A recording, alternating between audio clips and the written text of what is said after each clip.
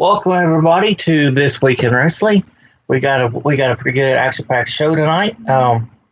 Joining me as always is the lovely Miss Gina J. How are you tonight? Good, Babbitt. How are you? I am doing excellent. Also joining me tonight is Mr. Trick. How you doing, Mr. Trick? I'm good, thank you, man. How are you tonight? Good, good. Also joining us is the Sex Bear from Canadian, Mr. Canadian Basement. How you doing, that Basement? They're coming from my anus. Canadian. I'm sorry to hear that. And last but not least, the man who needs to go see Dr. Britt Baker over his tooth problem, and the lovely tattoo mistress. How are you all tonight?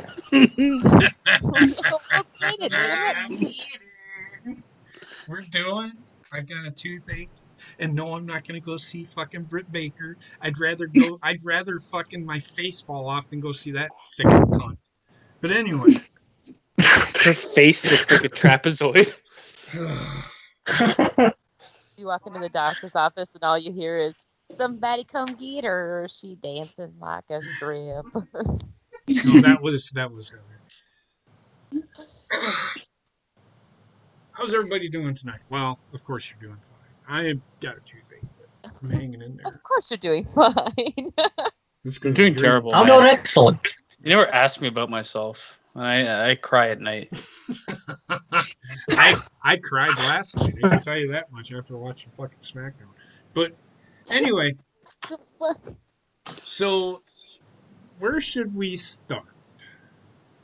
At the beginning. I think I'm not going to talk about all of WrestleMania because why? I just would fall asleep sitting here. There's two things that I want to talk about with WrestleMania, and that's three things: the Edge Orton, the Firefly Funhouse, and the Boneyard. And here's the reason why I want to talk about them, because of what happened on NXT with Gargano and Ciampa. JP. Yes. You want to have a cinematic match in my boneyard? Well, no, I don't. You might not have a choice after I roofie you. Yes. Good luck trying. But let's talk about the Boneyard match first. That happened first. I didn't care for the match itself because, again, it was not a match. To me, it was nothing more than a segment. I have not gone back and watched it, and I don't ever want to go back and watch it. In fact, I don't ever want to go back and watch WrestleMania 36 ever again. I don't know. Gina said she may go back and watch that match, not the whole show, but that match, the matches themselves. Have you gone back and watched them? I did not go back and watch Undertaker AJ, but I did go back and watch the Fiend match. Okay. So I'm still of the opinion that is not the way the future should be for wrestling. If that's the future of wrestling, I'm just going to start watching freaking, I don't know, supernatural fucking shows. Porn? I'm just going to stop watching because Supernatural is so much better than that show. But I will also say I'd rather get herpes again than rewatch WrestleMania 36. Wait, did you just say again? Let's just move past that.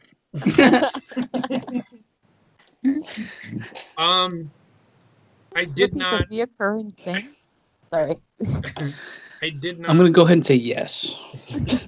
I did not, will not, and shall not change my mind about that match. Ever. Because I don't think it was a match. It was nothing more than a fucking segment to me. You know what? This is the way I stand. If it was a full one-night show, 6 hours long, and that was in the middle of the show, and the rest of the show was actual wrestling, and there was a crowd and shit, I wouldn't have hated it as much as I hated it. Correct. But the fact that the build and the conclusion to the build made no sense, what the fuck, man? What the fuck? Mm-hmm. Yeah, I mean, Go ahead. With The Undertaker and AJ, it's just like, I get it, you know, dead man, either the whole cemetery thing. I get all of that, but there were so many elements to that just did not make any sense whatsoever. Like Luke Gallows and Carl Anderson showing up with all these like fucking drone fucking druid things or Fucking whatever they goon were. squad out of the fucking Yeah, farmhouse. Right. That didn't make sense to me. Another thing is, you know, like AJ Styles was supposedly dead and buried. I know kayfabe is long dead, but the thing is, the very next day he was on Twitter yakking it up, you know, or whatever. I know kayfabe is dead, but if you're gonna have a match like that, then at least have this superstar stay off social media and television for at least a week. That's But just my it's personal just like opinion. it's super gimmick, over the top type things, and I've already hit my like fucking limit for over the top gimmicky bullshit in wrestling, Yep.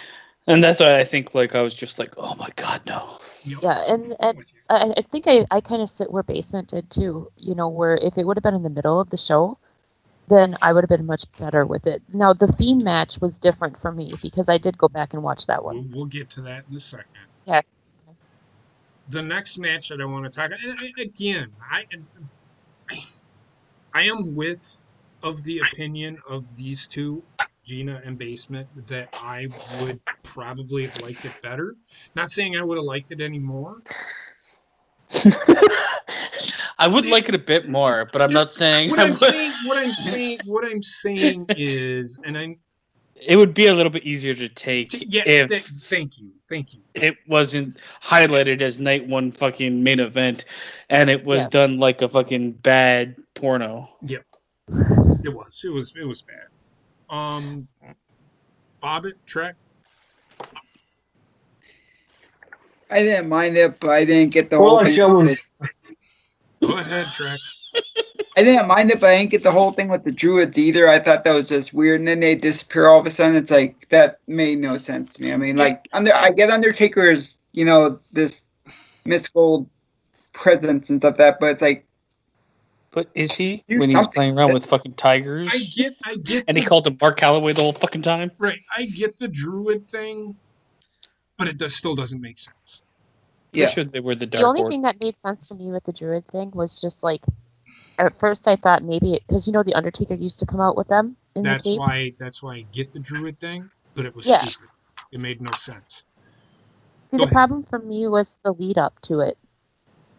You know, like they the whole way that they were leading up to WrestleMania, it was going to be a real match, like a real physical match. And I understand, like with COVID-19, they really didn't have a choice or whatever. But well, they did, but they wanted to go this way. I understand they didn't For have me, a choice. it didn't pay off because there wasn't an element that made it to where this type of match would make sense. Yep.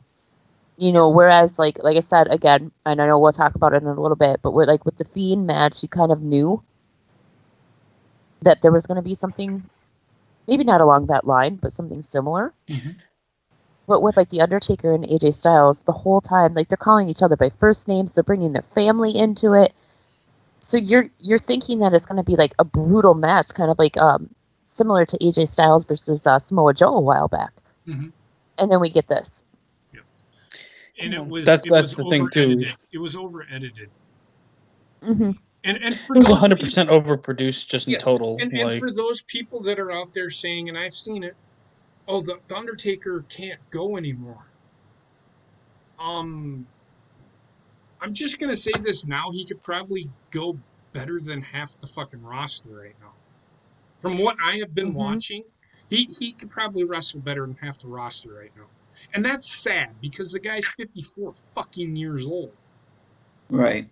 Don't start telling me that they had to do this kind of match because the Undertaker can't work anymore. What are you fucking talking about? If he can't work anymore, then why did they have him show up at shows? Why did they have him wrestle in real matches, in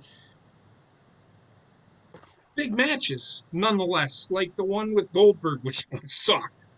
That was more on Goldberg than anything. This is a great match. But they still have him in marquee matches. Don't tell me he can't work, because he still can. He's Right. not as fast as he used to be. I don't want to see Undertaker anymore, and I've been saying this for 2 years now.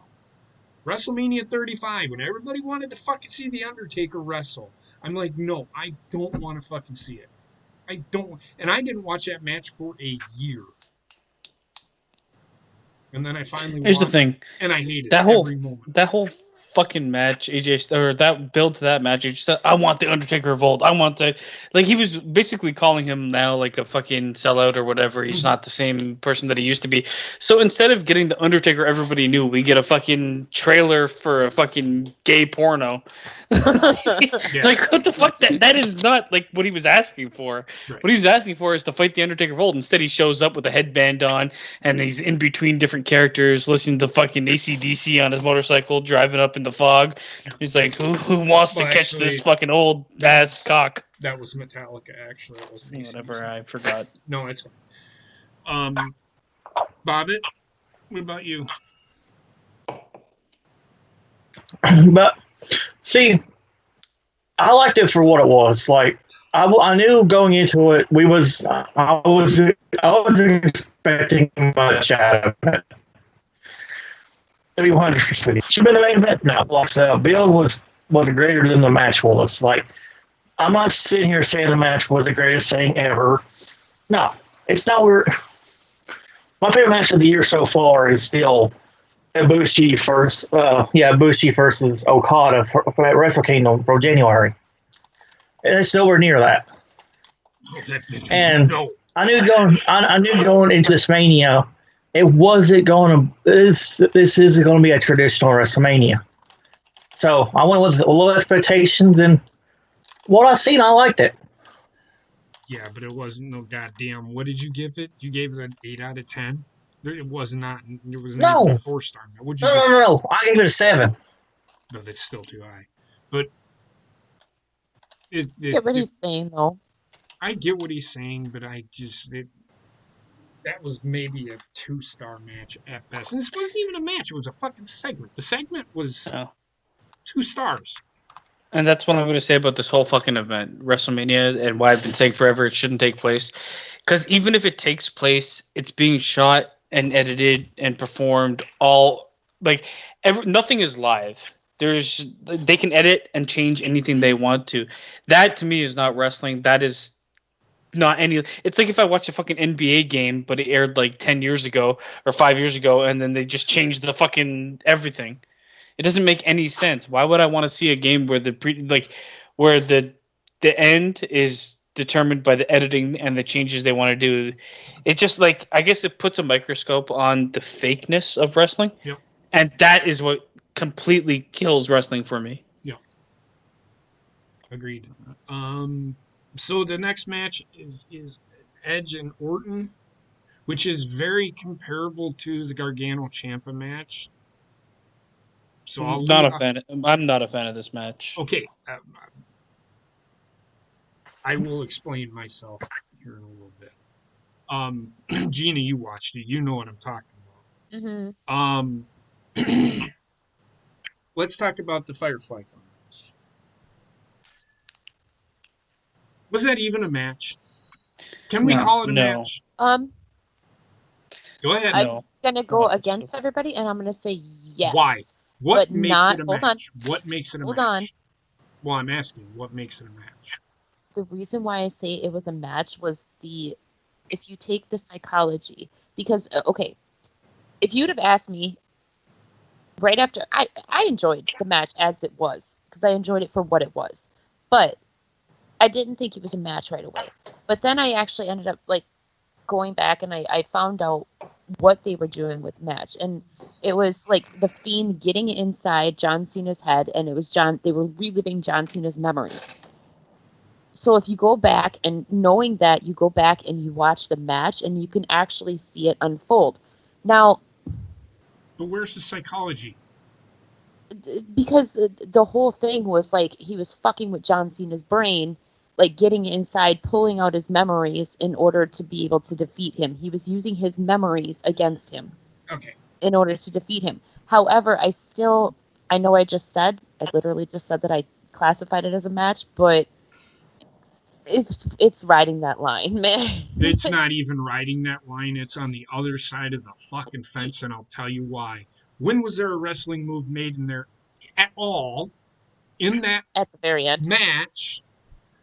But it was a finishing move, and all he did, he stuck Yeah. his hand down his throat. That's not. I mean, yeah, you can say, "Well, that's a wrestling move," but They did there was Sister no Abigail on. referee, and for everybody to sit there and fucking say that, well, Bray Wyatt made the 3 count. Is Bray Wyatt? Did they announce Bray Wyatt as a special guest referee? No, they did not. So Yeah. you can't call it a match at all. It was another segment that didn't do anything for me. It didn't. If it was a segment in the build up to the match, fine. But this was stupid. Made It's like I no told fucking sense. Basement the other day. For me, it would have had a lot more payout if there actually would have been a little bit more like actual wrestling towards the end. You know, like the psychology that was going on in those flashbacks was amazing, but it didn't make sense as to how John Cena ended up in the ring getting pinned. They needed just a little bit more in the ring at the end in order to make it make sense as a match. Yes. For me, I stand by this 100%. I think this would have been a masterfully done segment leading up to the actual retirement of John Cena. And I would have had the fucking Fiend retire John Cena. Agreed. How many times is John Cena going on record? WWE doesn't need me anymore. Doesn't need me anymore. Then prove it and just get the fuck out, and give somebody a solid rub while you leave. Give him that segment, because that segment pretty much encompassed your whole career. That whole segment, that whole thing was for John Cena, not the Fiend. Yeah. Right. So you give him that whole what could have been, what didn't go, and all this like fucking small history lesson, but also like have it that intricately made where it's like it's not only what he had done, it's what the fans had wanted him to do with turning like Hogan, being NWO, being that kind of guy. And then have like I honestly the way I would have booked it, had that segment, have WrestleMania start, have John Cena a first music hit, second music hit, third music hit, like have his iterations of Cena, all those fucking musics hit before he comes out as like the final version of himself, and just let him, even if the match ended with him fucking getting pinned and disappearing, I'd be okay with that. And then he literally never comes back in terms of wrestling. You know what? And you nailed it, because this was literally like a send off for John Cena, because in some of the segments they showed him as he was, you know, like back in the time. But there were certain segments where they showed him as he is now, but he was dressed up as that character. Like they did the Word Life John Cena, and John Cena now was dressed up in the Word Life clothes, and he was having a kind of a tough time rhyming, which we all know John Cena back then he never had a hard time rhyming. See, I feel like it's a perfectly done segment. Fucking, it's WWE. They tend to have like these moments of brilliance, and they're surrounded by fucking literally like they're retarded everywhere else. Like Right? the Fiend could have been done perfectly from the beginning. Instead, they made it retarded. And then like this whole John Cena segment to me would have been literally one of the best segments if it was accompanied by everything I just said. If it's not, then and they're calling it a match and randomly putting it on a card that already had the cinematic match thing, it's to me, I like, if I think of it as a segment, I like it. If I think of it as a match, I do not. As a segment, it was fantastic. Brilliant. But it should have been something that led up to them having a match, not this 15-minute segment of goofiness that they considered a match, and then people arguing with people on Twitter or whatever, saying it was a match. Prove it. Prove it was a match. You can't prove it was. I can prove it wasn't. There was not a fucking wrestling move made in that fucking segment. Except But as a match, as a match, it's terrible. Yes. As a segment, it's great. Yes. And it should have been labeled as a segment, but the problem is it's happening at WrestleMania, where the culminations of segments become matches. And that's the problem I had with WrestleMania as a whole. Yep. I felt like too many of these matches seemed kind of like way stations to the match that's going to follow them somewhere in a pay-per-view no one gives a shit about. Especially on night one. Yeah, especially on night one. But also, Um, the WrestleMania just did not do anything for me. WrestleMania was terrible. It was probably one of Yep. the worst WrestleManias ever. It was worse. I think it is the worst WrestleMania ever. And I think I'm going to say this, not for the fact that there was no fans. I know what they were trying to do, and they did it. However, if this was a fully booked, honestly, I think WWE probably would have done those three matches. Well, not the three, but those two things would have been what they were. I don't think they would have been actual matches. I think they were going to be what they were. I would say with an audience, this would probably get like a 7 or 10 for me. If there was an audience, and if they didn't change a thing and there was an audience, maybe a 6. But I have a feeling, or 5. But I have a feeling with the audience, certain things would have probably changed. It would have helped the show. It wouldn't have been the worst WrestleMania if they had an audience. But then again, they made that decision, so fuck them.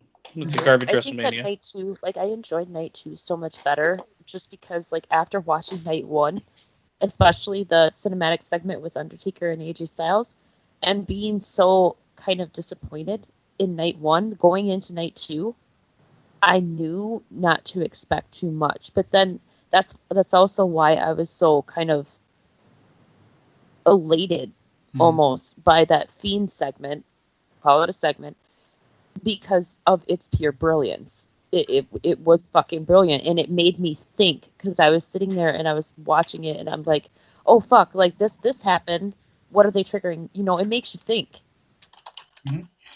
So that I did enjoy night 2 a hell of a lot better than night 1. Night 1 just fucking drained me. Yep, you drained me too. Bobbit? I like the Firefly Funhouse, but there you go. You call it a match when it's actually a segment. But anyway, I like it for what it was. No, it was not a match. I don't care what these idiots on Twitter are saying. And I like it about as much as I did the Boneyard match. I mean, it wasn't the greatest thing ever that's ever happened in wrestling. God, no. But for what it was all right.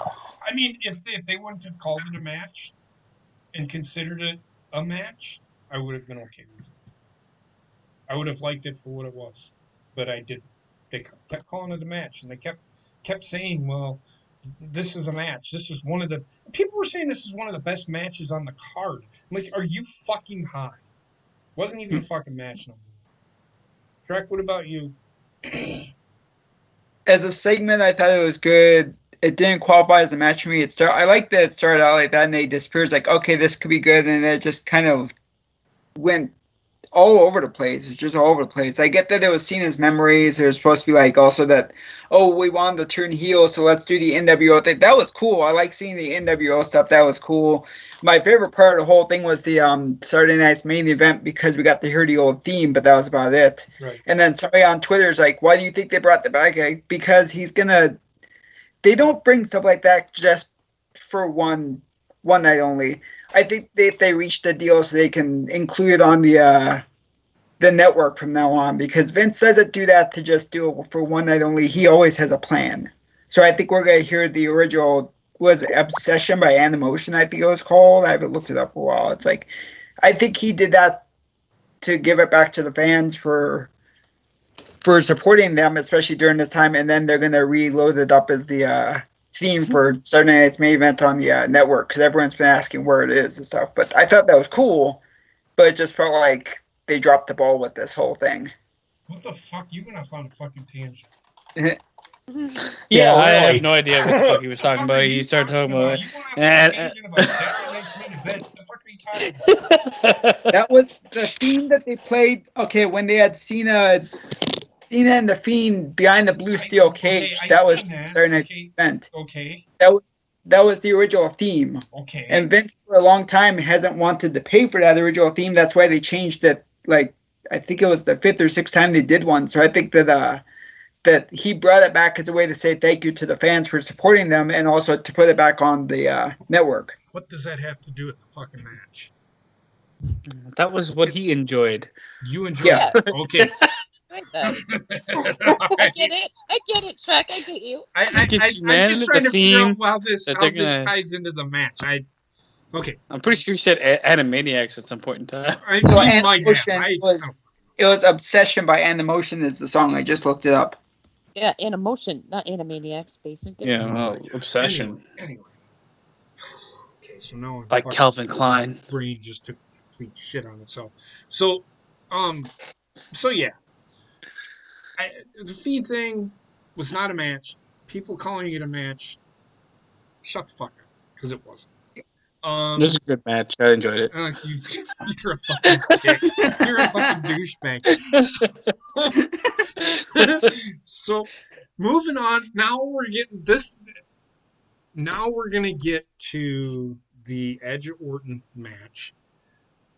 This was the better of the three edited or produced matches, overproduced matches that we This had wasn't even during cinematic match, it's WrestleMania. just long. It was long, drawn out. But the problem that I had with this match Big ladder. is because the very first thing that we talked about, I think we talked about it here and we talked about it while watching the show. If they have numerous 9 counts, it's going to kill the match, which they did, and it did. It's like 2 minutes into the match, they're all dead. They're both dead. They were both out of fucking energy. And I get it. Edge is 47, Randy's 38. Whatever. But for them to run out of energy that quick, I can understand Edge maybe so much, but not Randy Orton. And that to me killed the match. Long, drawn out, boring match for me. I did not. Yeah, they went all over the arena. In fact, I think they should have stayed in the ring. Okay, that's my problem with this match. Okay. The fact that it was fucking. Let me grab your head, throw you into this wall. Let me grab your head, throw you into this wall. Here's a punch, and I'm going to throw you into this thing. Here's a punch, I'm going to throw you into this thing. That literally happened for 30 minutes. Yes. I probably This match had like 10 moves. I probably wouldn't have had such a big thing about this match if they hadn't just done almost the exact same thing with Gargano and Ciampa the week before in the Performance Center. Yep. Like, it was very, very similar. That and, I mean, well, I don't know if you guys call me sensitive if you want to, but the whole, like, fucking So sensitive. choking with the fucking Bowflex type situation was a little. That wasn't a Bowflex. That was like a. That was a. No, I get it, but it was just like, I mean, we were all saying it when it happened. Every single one of us. If we were joking, that wasn't I was. But apparently, there was people that work inside WWE like that were not happy that they did that move. Well, they were not happy at all. It has no relevance. Like, fuck it, this shit happened so long ago. At this point in time, it's like, oh, you can't even mention. No, I get it, but it wasn't even a Bowflex. It was a sex swing. Oh. It wasn't a Bowflex for sure. It was just, some sort of fucking. For me, that part of it was just a little tactless. They were wrestling in fucking workout room. That was like weird and not good. It was tactless. That was my part with it. Fucking it was the point where Edge started to do like fucking gymnastics and landed on him like a stripper. The actual match itself would have been fucking fantastic if it hadn't have gone so long. I would say this match would have never been fantastic if it didn't take place majority in the ring. I just don't like. I don't like false count. I don't like a match where literally there's next to no actual moves being done. Not when there's not an audience. Yeah, or even when there is an audience. I'm not a huge fan of just running around throwing people into shit. Okay. Oh, and like it's just it. That's exactly anybody can do that fucking shit, man. Well, here's and let's talk about this giant fucking ladder that they had that we're all like, oh, are they going to use ladder? No, they never used it. Well, what the fuck? They tickled my taint with that one. They tickled mine as well because I called it out during that match. I'm like, yeah. I said, look at the size of that fucking ladder. The fucking rungs on that fucking thing were like 20 feet wide. The fucking distance between the bottom of each of the ladder, each side was probably like what, 30 feet. Stability wise, it could handle like a fucking midget. Which I would have been all for that because that fucker probably would have fallen off. You know what though? And then the fact that they had the truck sitting below, when they were on top of the semi, they had the truck sitting below, and nobody fucking landed on the truck. I'm just like, God, you fucking cock tease! Like, Well, it stop. was a- perception. it was- It's a perception brutal. of. It's a perception of. Is it going to happen? And people are just Yeah, sitting there and- kind of watching. and- Yeah, I but that's get the problem. You can't do that and then not deliver. It's like when they set Exactly, up a table and then nobody breaks the table. It's like, Well, hey, you're blue balling the fucking I'm wondering. audience. I'm wondering if they weren't supposed to do a spot that on that thing, and then they just decided not to because we So were from what I discussing as the understand- match was going. There was a bump pad in the back of the truck. So from what I understand, they just went and went and went and went, and there was really no anything. They just kept going right. where Now- they ended up. Now the thing that, and I'm comparing it because this match is very comparable to the Johnny Gargano Tommaso Ciampa match. That match lasted the last entire hour of NXT on USA. Now keep in mind they had commercials, so, and it's a produced match. It produced just like the Edge Orton thing. Edited everything. That match, I don't think Edge Orton was really edited the- much, yeah, it was. if at all. Oh yeah, it was. Really? Because yeah. they left in 99% of it. Well, here's the thing, and people were bitching because that match lasted over an hour. Yeah, but they took, I think, like 20 minutes. No, there's no way. I'm pretty sure Or- that match is literally not edited at all. What? Tommaso Edge Ciampa? and Norton. Okay, I didn't well, see the Okay, other one. but still, it was overproduced, and in some way, It was shape, or just a form- really long fucking runaround match. Yes, well, it's comparable to Tommaso Ciampa and Johnny Gargano, which in fact was way better because they literally beat the hell out of each other. I mean, literally beat the hell out of each other. They did it the way that they should have done. If they would have done Randy Orton and Edge like that, it would have been way better. Did not need to be a last man standing match. I hate them anyway, to be Yeah, honest me with too. you. Because you have the ungodly amounts of nine counts. Yeah, And the that's- gimmick kills the match. And this match, there was no 9 count. Another thing that I really loved about the Gargano Ciampa match, no commentary. There was no commentary. It's just them two plus the referee Yeah. beating the hell. It was them two just beating the hell out of each other. That's all that And match was. they were But there was wrestling moves involved. It wasn't just them punching each other or kicking each other or whatever Undertaker and AJ Styles were doing. They were actually Just, using wrestling moves. Punching each other, And and not only- Undertaker did 3 moves. not only that, but like with no commentary, you could hear everything that was going on in the ring. So they Yep. were talking so much shit to each other. Yep. And then especially like at the end when after Candice LeRae comes in and she's like, I hate my husband, Ciampa, are you happy? Blah, blah, blah. And then Tommaso, he like stops and he's like, what the hell am I doing? Yep. Well, then Both of you can actually hear him saying, I'm sorry, I'm so Mhm. sorry, before Gargano or before Candice LeRae turns around and fucking comes in and kicks him in the nuts. Well, or Candice whatever. LeRae kicked Johnny in the nuts. Now, at the Right. beginning of the match, Candice LeRae handed something to Johnny Gargano. Nobody knew what it was. Trek was like, what the fuck did they hand him? Dude, calm down. It was a paper bag. I kind of had an idea what they were going to do. I don't so much like what they did, but I do, and I'll tell you why. So, she handed him a package. He went into the arena, and Triple H said it best. And this is how you do this. This is how you produce a cinematic. He said, "When I leave this building," he left the building. You two go at it. Just one person in the ring, and the referee. What he says goes. Whatever. And they just started beating the hell out of each other with wrestling moves. They actually used wrestling moves. They didn't do 3 moves and that was it. like The Undertaker and AJ Styles. It was great. I loved it. The end of the match, the finish to the match was Gargano got kicked in the nuts by Candice LeRae because she came out saying, "This is why I hate my husband." I mean, she was doing a good job of selling what she was saying. And that's when Tommaso Ciampa said, "I'm sorry. I don't know why we're doing this. Why are we doing this?" And when he did that, Candice LeRae kicked him in the nuts. Johnny Gargano pulls out a cup. So the package that Candice had handed to him was a cup. And if you looked on Twitter the next fucking day, he had said cup hanging on his mantle with all of his titles and his matches of the year.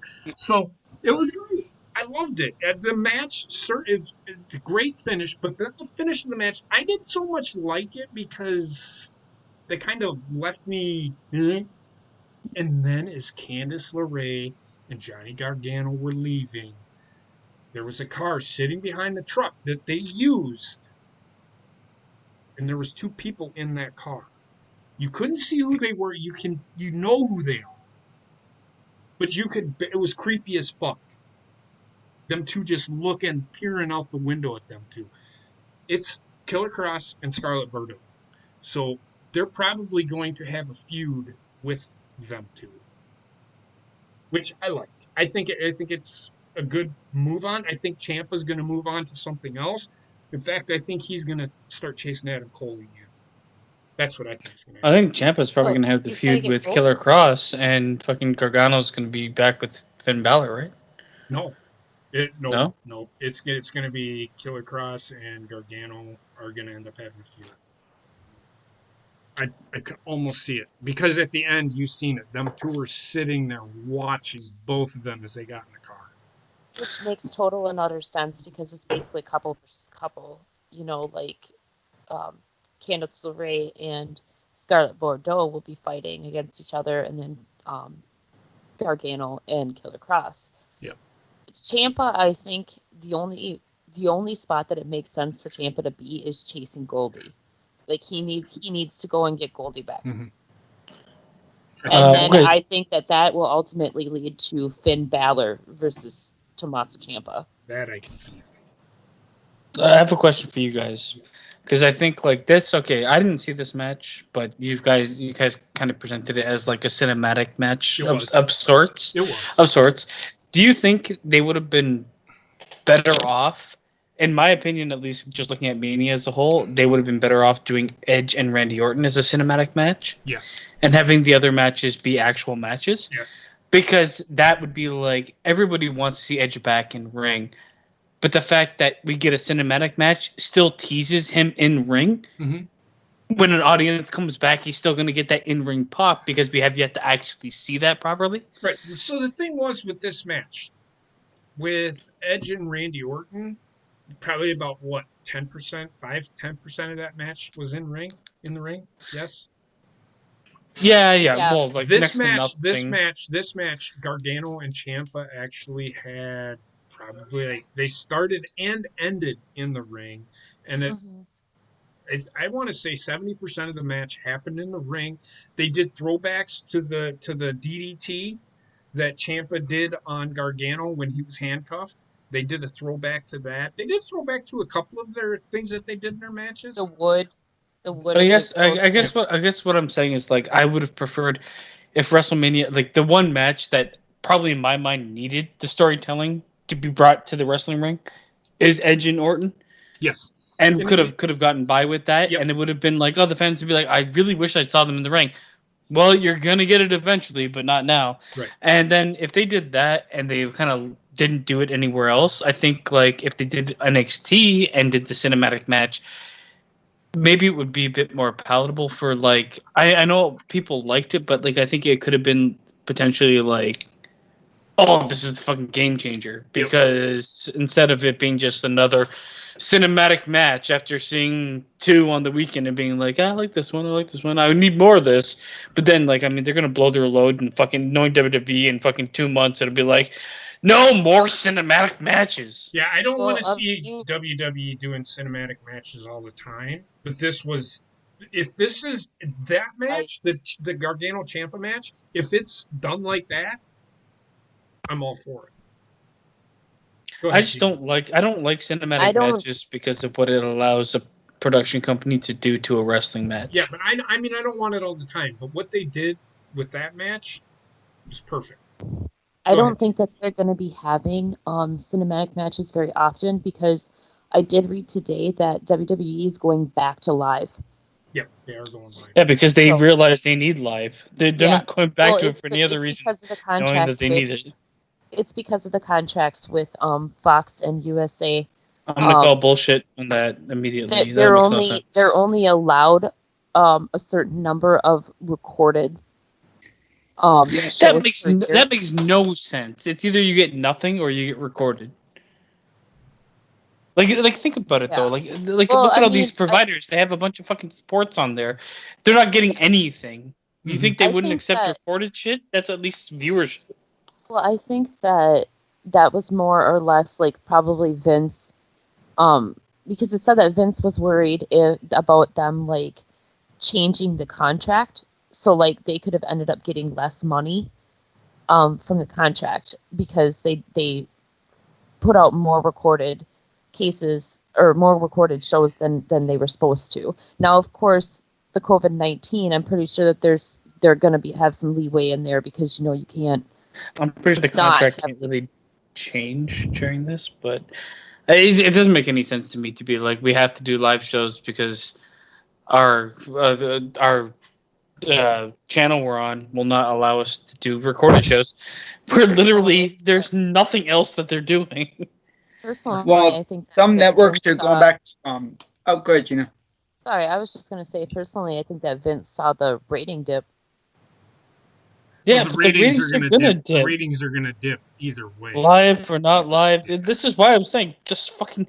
The thing is, I feel like Vince is like eating so many losses all at once Mm-hmm. with XFL and now WWE taking a hit. And he's like, oh my fucking god, man, this is killing me. Well, the And XFL it thing, is killing them. honestly, the XFL thing, I honestly think that the NFL was going to end up adopting all their ideas and they were going to do it better, and the XFL was going to die in a couple years anyway.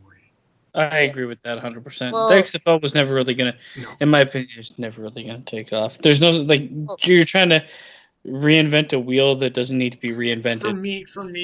For me, I didn't mind it because it's football and I'm a big football fan. So football being on 365 days a year, I could care less. I love football. I can sit and watch football all day if I had to. I mean, best case scenario, XFL becomes like a minor league for players that get undrafted, things like that, where the NFL picks from. Yeah. That would have been money for them anyway. Yeah. Because football's money I mean, regardless. Yeah. I think like with the ratings thing, another thing that was mentioned in the article that I read was basically the money that they make from like the ratings and stuff on TV and advertising and stuff is basically the only money that WWE is making right now because they had to cease everything else. Right. Like all of their operations are ceased, so the only money that they have coming in right now is from TV. And like I've said, if you want to talk ratings, I said it. Ratings are dipping every week. The only thing, I mean, yes, AEW and NXT were up this week, but not by a lot. Not by a lot. There's too much going on. This is the problem. There is nothing else on, and wrestling is just not drawing in any new fans. What's going to happen when all of those people like me and basement and I'm just going to say my age, what's going to happen when we die, which could be next week because I'm old and crusty, or Basement's younger than me. no, but I'm just saying, I just don't. Wrestling is stuck. There's nowhere for it to go. That's It's hit because its ceiling. I think that like a lot of Vince seems to think that everybody wants to see this entertainment aspect of wrestling, but like with the popularity of UFC and even with the the growing popularity of like New Japan and stuff over here in America, I think that especially UFC in general, it's proof that people want to see real fighting. Like they Which want to we're gonna see get in. hardcore. We're gonna get into that. But go ahead. Oh yeah, no, I wasn't going into that. No, but no, that's fine. like they don't want to see this like entertainment aspect wrestling so much anymore. People want to they literally want to see people beat the living fuck out of each other. They want to see both. They do. And I I was just will gonna like say. the biggest thing that wrestling is missing is these stars that were. You don't have to be the best fucking athlete. You don't have to be the best fucking wrestler, but you have to be a fucking Showman. draw. And that just goes to show you how, look at The Rock right now. He went from wrestling to the most highest paid fucking actor in Hollywood. Mhm. And he's a wrestling actor. Yep. You need to get that type of fucking people on your bankroll. You don't need to be paying these fucking guys that wouldn't cut it in pornos, these girls that wouldn't, in terms of acting. Like they need to focus on what made them big in the Attitude Era. Was it Stone Cold's fucking huge repertoire of flips and fucking back splashes and moonsaults? No, it was how he cut a promo. It was the attention people would be drawn to listening to him. Mhm. And WWE is unfortunately like Seth Rollins is not he's not even the same fucking universe as Stone Cold No, in nope, terms of nope. who you want to listen to, in terms of natural charisma. Seth Rollins is a guy that, in my opinion, would have been fucking living in the mid card because he could pay off in the ring and he was okay on the mic. But none of these guys are huge draws. Right. You have to be a larger than life character with a larger than life personality, and wrestling unfortunately just doesn't have it. None of them. None of the. This is Bray Wyatt, but the thing is, he fucking speaks gibberish 90% of the time and gets buried left, right, and center. So who Yep. gives a shit? The thing is, and we've seen it numerous times, like how many TV shows, at least 2 that I can count, within the past year, WWE television, where they were unscripted. And it was proof that they can do this. It's just they're so heavily scripted, and No, instead they of can't do like this. but In my hold honest on, opinion, they can't do this. hold on, but like they're giving the athletes a choice in, okay, well, do you want to be scripted or would you rather just be bulleted? And the problem is too many of these fucking athletes are saying that they want to be scripted. When you're scripted, you're like a fucking robot. And the thing is, like, the athletes bulleted or scripted right now, they can't pull it off. The thing They is, have some of the best wrestlers in the world, but they don't The have the worst best actors. talkers in the world. No. and that's They the just thing. don't. When, like, back in the day, they were not given the choice to be fucking scripted. They had to come up with their own personality, and they had to make sure that that personality shone through above all else. And you don't have that same type of competition Right. these days because like everybody's just scripted. WWE needs to get with the times and get like legit talent that can. I know it's difficult because a lot of those talents that can really act go towards acting because it's easier on everything they do. Mhm. But you need to find these fucking people out there that are legit talent in acting and are a legit physical specimen. Mhm. Even if they can only do fucking 10 moves, Yep. it literally doesn't matter. Yep. As long as they can sell me on what they're saying. Like, look at John Cena, for fuck's sakes. Okay. The guy was a big beefcake that did 5 moves, but could like talk anybody under the fucking ground. Right. And look, you look at people are like, well, Stone Cold was better than John Cena. Yes. However, His character was better than John Cena. yes. The everybody shits on John Cena for only having 5 moves of doom. Did you know? I mean, Stone Cold has 4 moves. Steve Austin could wrestle. Stone Cold Steve Austin could wrestle way back in the day. But when he got hurt, they had to change. And he said this himself. He had to change the way he wrestled because of his neck.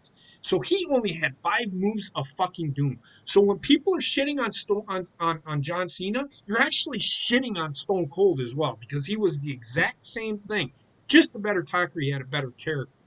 There's But the also the five difference. moves of doom, I'm like, yes, it's shitty, but at the same time, it's like the versatility of moveset doesn't necessarily mean better wrestling, and we're seeing that 100% right now because right now people have forgotten that like you know you have to act. Acting is more important to wrestling than wrestling itself. Mhm. If you're not acting like moves hurt, or you're not like a fight.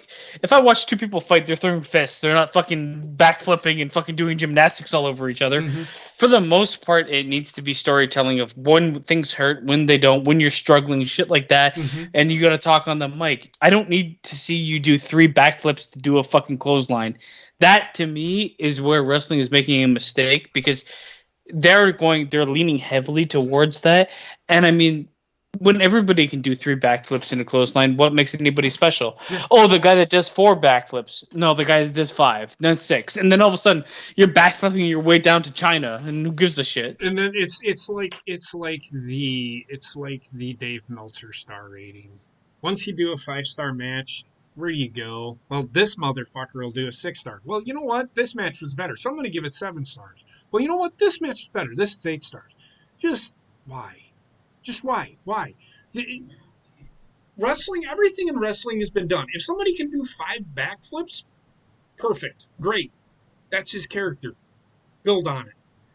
Just because I don't want to sit here and watch everybody do backflips. That's not, and like Basement said, The thing is, I like, hate you it. have the hyper athlete right now because, That's unfortunately, though it's hard to be a fucking hyper athlete, it's easier to be a hyper athlete than a fucking icon on the mic. And that's what I think, like, most of wrestling doesn't get. It's very difficult to be memorable on the mic, be that person that sways people's opinion, get that person that gets people to listen to you. You can sit there in the gym and train every day for the fucking to be super athlete, but you can't literally do that in the opposite. right. No way you handed it to me. Remember? Sorry. Go ahead. Continue talking and try and find something for Heather. That's pretty much all I'm saying. Bobbit Trek. Bobbit Trek. I know you guys aren't sleeping. Go. No, I was waiting for Trek to go. That's fine. No, I know what you're saying. It's like, I think like you said, a lot of these guys are scared to do it. They're scared that they're going to slip on, like Jericho would say, slip on a banana peel and land on your face, and just like, because a lot of them don't get to talk that much. So it's like if they blow their impression, they're afraid of losing their spot basically. And then like with Austin, I know what you mean. I agree with you on Austin because he had a lot of moves. He was actually a very good wrestler. But then when he got his neck broken from that botched pile driver, he had to transition to more of a brawler. And that's where he really started to shine too and everything like that. Like, Yeah, but the fact that that can get over should tell everybody that loves wrestling something. It's not necessarily the moveset that makes a wrestler. Yep. You have to have that character. You have to be able to get over, and you have to be able to sell the moves you're doing, when you're doing them, and who's doing them to you. Yep. I this is where I'm having a problem with AEW right now because every single one of their wrestlers, except for the one, well, there's 2, are doing flippy shit. Everybody else can do it, and I like the 2 characters that are not doing it. Brody Lee is starting to lose favor with me because what the fuck is he? But Lance Archer, I love what they're doing with him. That is one guy that I can get behind on AEW. Everybody else is just the problem with AEW for me is that they're all, how do I explain this? I mean, it's the same thing that NXT for me suffers from. You have too many super athletes being super athletes, not wrestlers being wrestling personalities. Yes, that's true. I just think that they're all pretty Like much Keith Lee is the this. super athlete that's big. If he wasn't a super athlete and big, he would not. I wouldn't give a shit. Yeah, no, I got you. I got you. I just think they're all the same. They all do the same things. I see them do the same moves, and I see the same matches every single time in AEW. That I've not, and it's not that I hate it. That I hate AEW because I know that they have some really good talent there. I know Kenny Omega knows. Kenny Omega is better than what they are portraying him right now. I know he is. The thing is, like, Kenny Omega has like 8/10 of the total package. Yeah. He's missing a certain something. He's never gonna get it because it's not the person he is. He's not really like an entertaining When him and to the super like. He's not like the life of the party. No, is what I'm gonna say. And that promo with him and Nakazawa was terrible at the beginning of the show. I didn't see it, but Yeah, it was I can imagine. terrible. I mean, he just sat there. Everything he Horrible. said seemed forced. You know what, Michael? I just really don't know, man. I really don't know if this is gonna work. All right, I'll see what I can do about if we win, changing our names to the best friend. Get the fuck out of here. They were never going to change their name, and I knew they weren't going to win that match, and I knew Michael Nakazawa was going to lose it. But what the fuck is Michael Nakazawa? Why is he pulling his underwear? What the fuck is that? It's baby oil. Oh, no. He pulled his fucking underwear out of his fucking pants during that fucking match. I almost wanted to turn the fucking channel. In fact, that was probably one of the worst matches I've ever fucking seen that AEW has done. That was terrible. And Kenny Omega was involved in it. How bad it was. And the thing is, I feel like we were all alive and watching like the renaissance of wrestling, and now everything else just is not as significant. It's all bullshit. Mm-hmm. It's all copies and fucking carbon copies of the copies that came before. Dolph Ziggler is a perfect analogy for why I don't like wrestling anymore.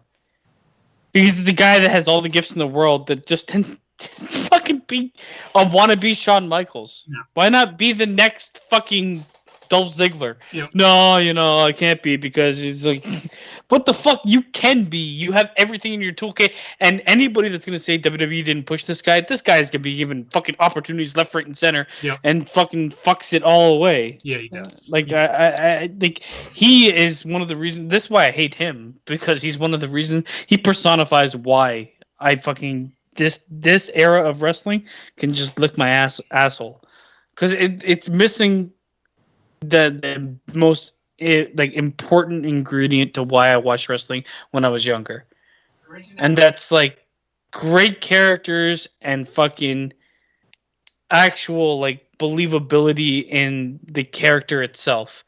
Now I see a bunch of people trying to be something they're not. Bret Hart is one of the most boring fucking characters in wrestling history, in my opinion. He was boring as fuck. Everything. Yeah, but the one thing with Bret Hart is he was boring, but he was actually fucking boring. Yes.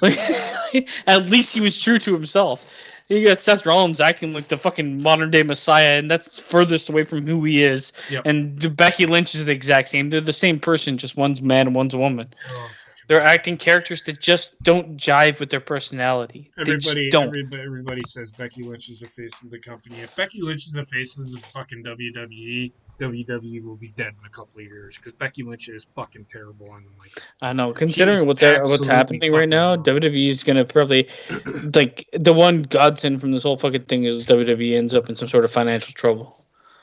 Yeah, and I say that with like the best intentions, that they actually fucking fix what's wrong with them. Agreed. I mean, AEW's got to be hurting too. So, I mean, they're started from scratch. Yes, I know that they're billionaires, but you're going to be working in the red for a while, at least. But you could be a billionaire and run a wrestling company that still doesn't work. Look what happened with Ted Turner.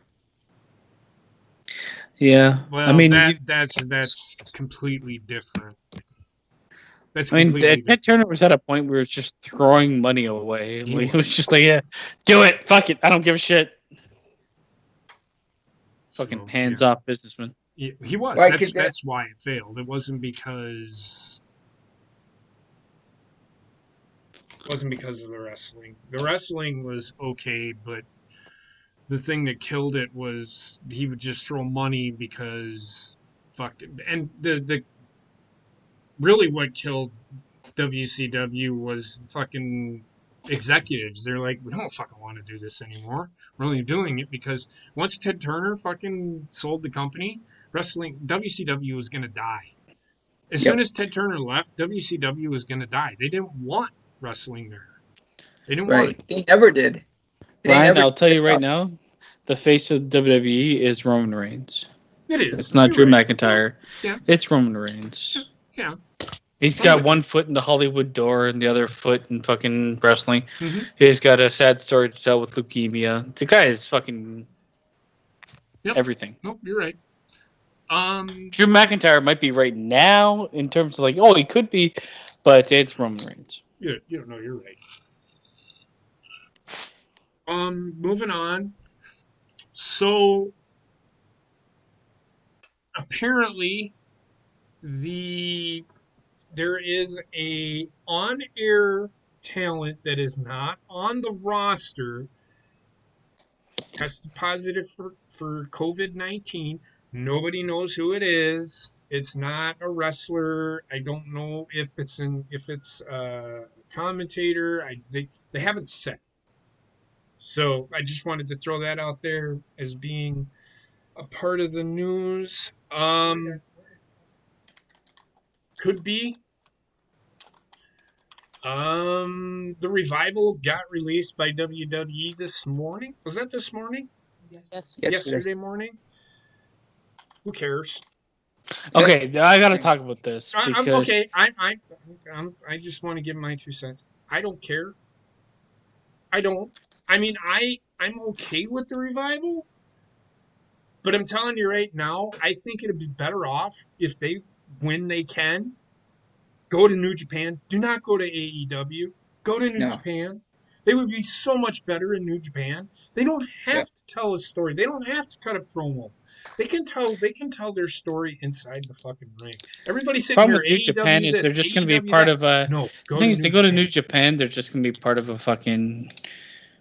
The first half of every fucking New Japan pay per view, being involved in 3-on-3, 4-on-4 type matches, that type of shit. I mean, they might be able to reestablish themselves, but I don't think they need to. AEW, though, I think they're just going to go there because it makes more sense. I think They'll just get lost in the shuffle. They'll get lost in the shuffle.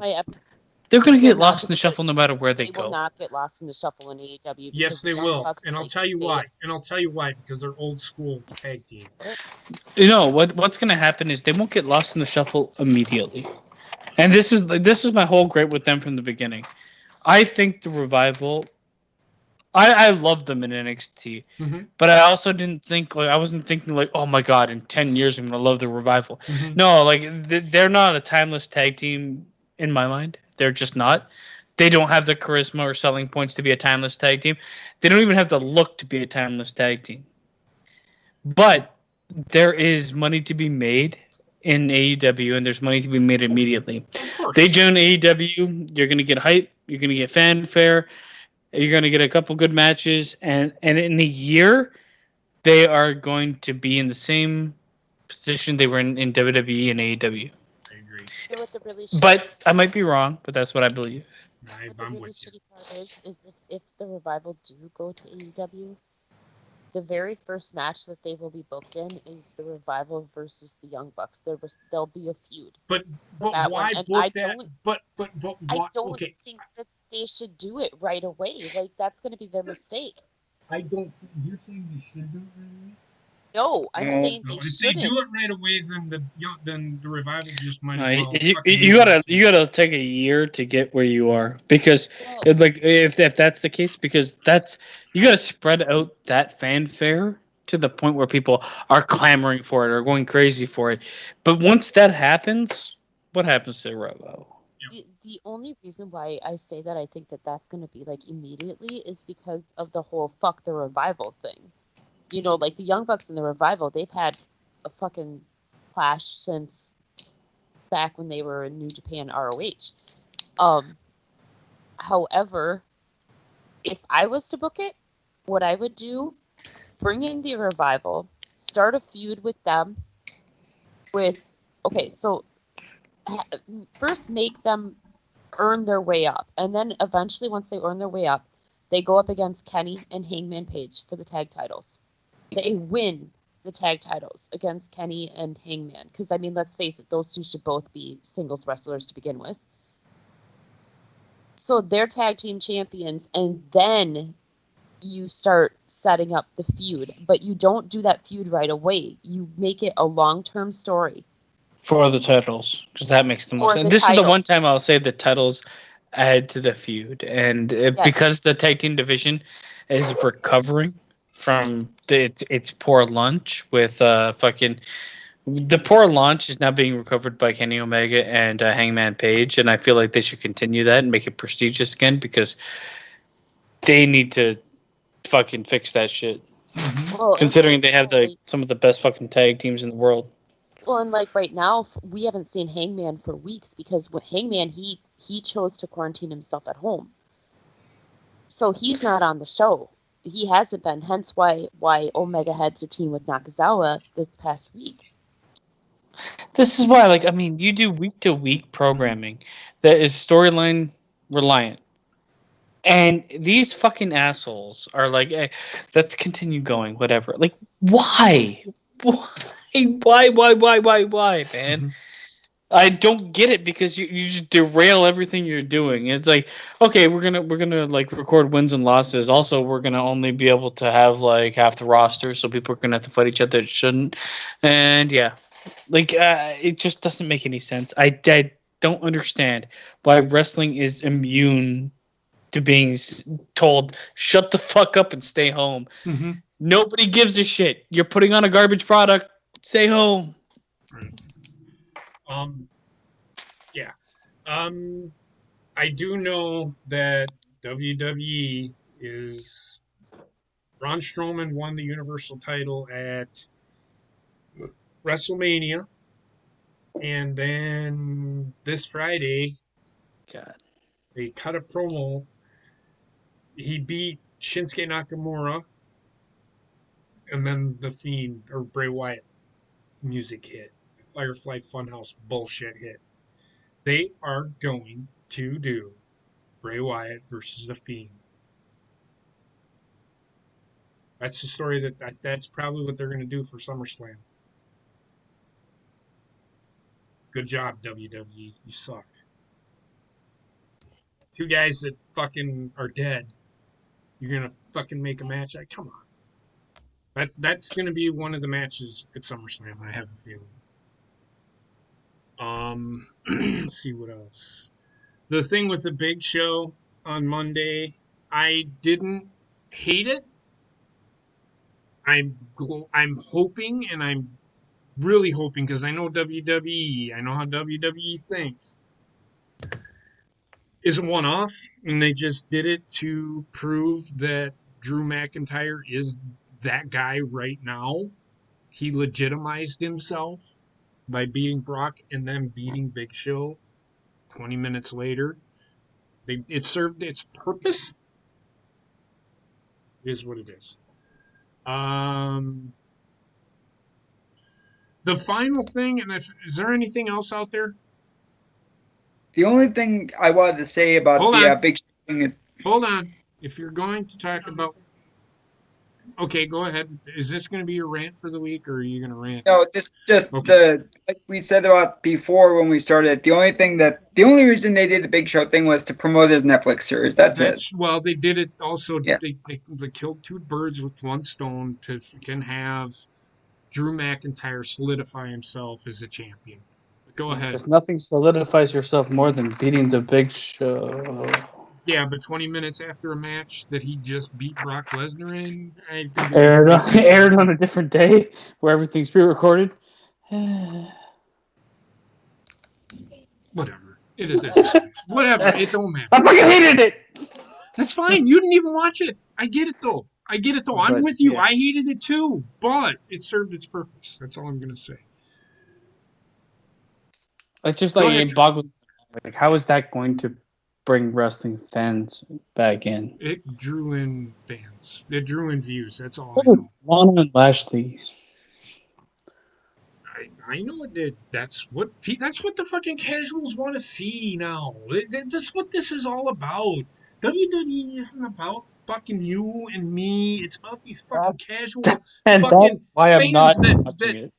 that fucking want to see fucking pictures of Sasha Banks all over fucking Twitter every 5 fucking minutes. That's what it's all about. And that's why I'm not going to watch it. I'm with you. I'm wasting my time by watching it now. That like wrestling, it had a charm to it. It had like a inner circle of people that knew kind of what was going on, and the intricacies of how it worked, and you could appreciate like certain things that people did. It's like if you're really in tune with acting and shit, and you watch a bunch of actors, be like, oh, that nuance was great. Oh, the way they did that was amazing. Mhm. That was kind of like what wrestling was. But now all of a sudden, it's a bunch of pictures of Sasha Banks and fucking the corgi. And then when it's not that, it's a bunch of people fucking shitting all over everything. And when it's not that, it's fucking the Big Show, who hasn't been relevant in wrestling since the fucking day he signed with WWE. Mhm. Yet he has a Netflix special where he's a fucking father teaching kids how to fucking jack off.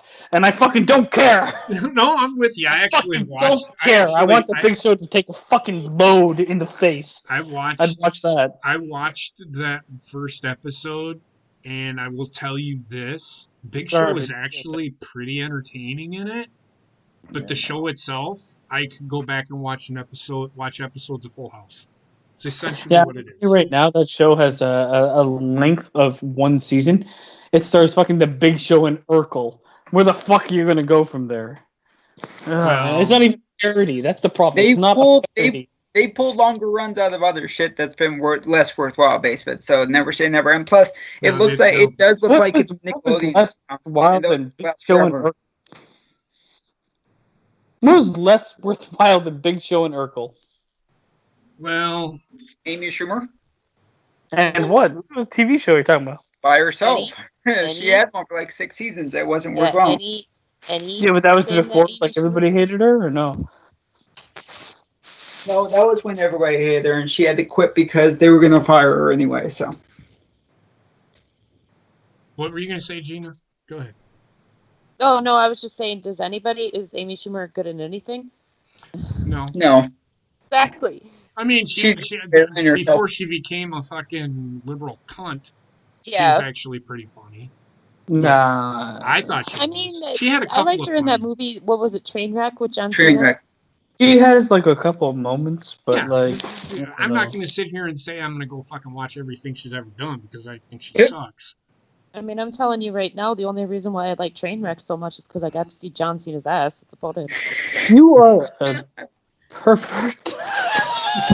And then We've been over this, okay? Like the reason I No, like this movie is it's hanging down, bro. The only reason I like this movie is because he had his one testicle out and it looked kind of like moonlight. it's not. I mean, never said that. What the fuck?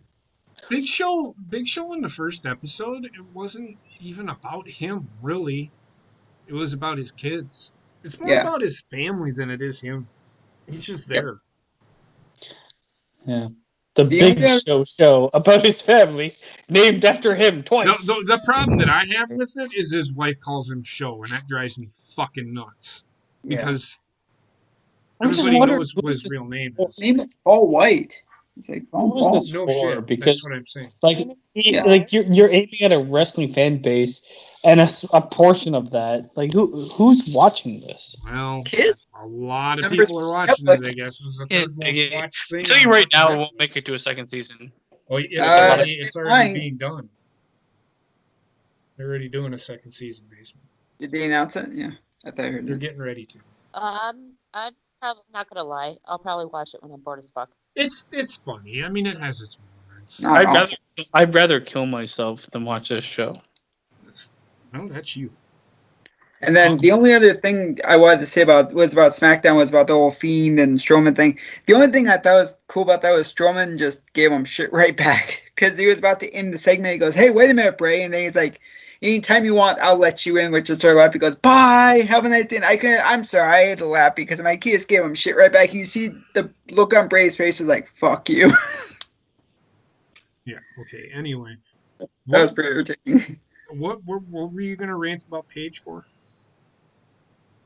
No, I was just saying about the Big Show that was that about the whole thing that they did that for Netflix, that his show is all. Mm-hmm. But you were gonna say something about Paige. No. Oh, Hangman Page? Okay, well, whatever. I know Paige was in trending today. Let's talk about it. Let's talk about real fighting versus fake fighting. So today, we're in the last, I don't know if it was today, yesterday, or whenever this was put out. Ronda Rousey said that the reason that she left WWE is because of the fans. And I can't fucking blame her. Think about it. Fans are fickle. If they don't get what they want, they complain. And she goes, this is a quote, and this is from ESPN. She said that wrestling, her relationship with fans played a part in her decision to walk away from WWE. She says, quote unquote, and this was on Steve-O's podcast. She said, "What am I doing it for if I'm not being able to spend my time and energy on my family, but instead spending my time and energy on a bunch of fucking ungrateful fans that don't even appreciate me." You know what that sounds like? Go ahead. A regular fucking job. Right? Fucking dumb bitch.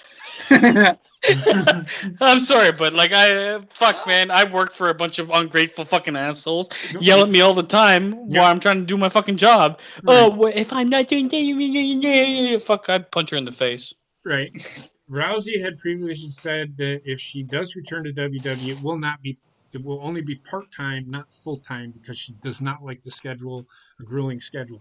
Now, I'm going to say this. There was the people out there, and she did say that if this was a real fight, and she put in there this fake fighting, because that's what it is, people. It's fake fighting. Even though they do actually do some real stuff. It's fake fighting with real risks. Yeah, Here's exactly what she said about the fake fighting. She said, "I love the WWE. I had such a great time. I love all the girls in the locker room. Running out there and having fake fights for fun is just the best thing. I love choreography, I love acting, and I love theater." Mm-hmm. There's nothing wrong with that. No. But there is people twisting it destroys kayfabe. There were people twisting it like Lana, who said, whatever, she's shitting on it, whatever. I think Lana's just trying to get fucking recognized and relevant. Yeah. The thing is there's people out there saying that she couldn't do this for 300 days. Well, she did do it for 200 plus fucking days. She had a response to that as well. She said that the reason why a UFC fighter you don't see a UFC fighter doing 300 fights a year is because they would be dead. Yeah, a UFC fighter does 3 max fights a year. Yes. Yeah, because she said they would be dead because it's legitimate fighting. Yes. So here's my thing. For all those people out there saying that Ronda Rousey can fuck off, I'll tell you that. I'll put it to you like this. For Lana to say something like that, how about this, Lana? And I know you're not watching me because we're not good enough for you, but thank God.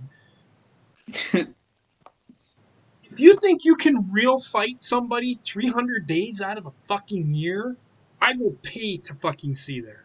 I will pay to see people beat the fuck out of you legitimately 300 times a year. And then after that 300 times, I want to actually see if you want to continue to fucking do it. Shut your fucking mouth, because the shit that they do in that ring, yes, some of it can legit hurt, but they are not legitimately beating the absolute fuck out of each other to hurt each other. I think a lot of people are taking the conversation out of context and feeling belittled by it.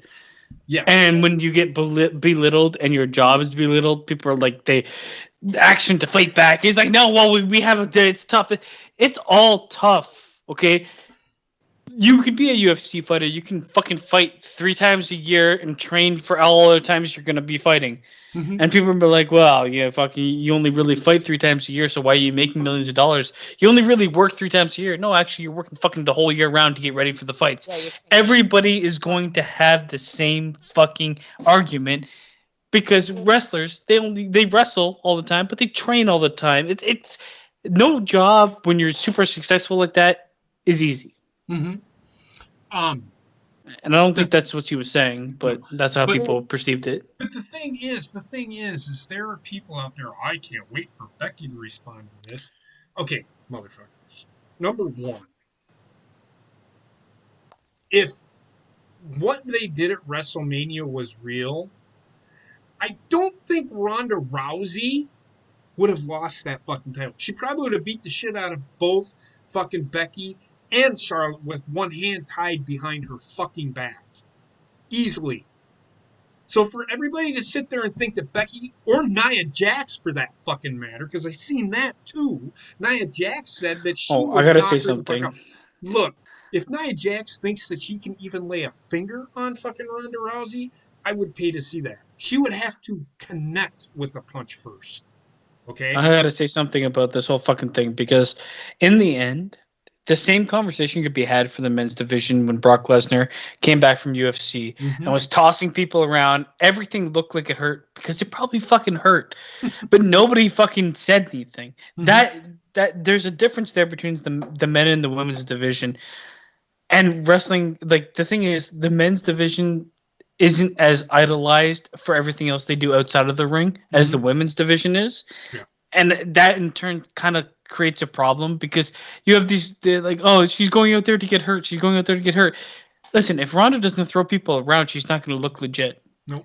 If you can't handle being thrown around, maybe you shouldn't be a wrestler. Yeah, Well, the but thing for people is- out there that really think Becky could beat up Ronda Rousey, I laugh at you. I mean, because that's just stupidity. But like the whole thing too, like Ronda Rousey's gonna come out, and this is what I said, man. If Ronda Rousey's gonna come out there and like fucking, if this is a heel thing for her to do, just to say like wrestling's fake, in order to just fake wrestle someone and win a title, makes literally no sense. But The thing is, what people that are getting upset are forgetting is that, yes, wrestlers do, or they can and they do get injured. A lot, actually. But the main difference between a UFC fighter and a wrestler is the only time that a wrestler is really going to legitimately get very badly hurt is if there is either a botch or a mistake, or they came down on their leg wrong, or something or the like spot that. is just It's- risky and booked wrong. Exactly. If the spot is risky,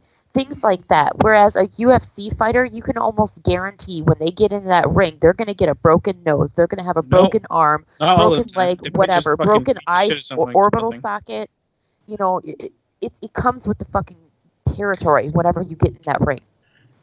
Yes. And that's not the case for WWE, because when you're a UFC fighter, you get into that octagon and you pretty much know that something on you is more than likely going to get broken that night. I mean, you train to potentially get your ass beat for 3 times a year. Right. Whereas And sometimes you don't get your ass beat. You beat ass and get nothing done to you. Whereas, But, whereas if you're a wrestler, you train for the opposite. You train in order to not hurt Well, yourself or others. You train to get your ass hurt consistently throughout the year. You Not train, beat, they but do hurt. more of their training to do choreographed spots. Yeah, like wrestling Yeah, is training. I mean, it's still it's like ballet dancers, man. Eventually, your feet are gonna look like fucking Just not good, man. The thing is, like wrestling, when you're training for wrestling, the whole point, the first thing that they teach you is how to do the moves correctly so that you don't injure yourself and you don't injure somebody else.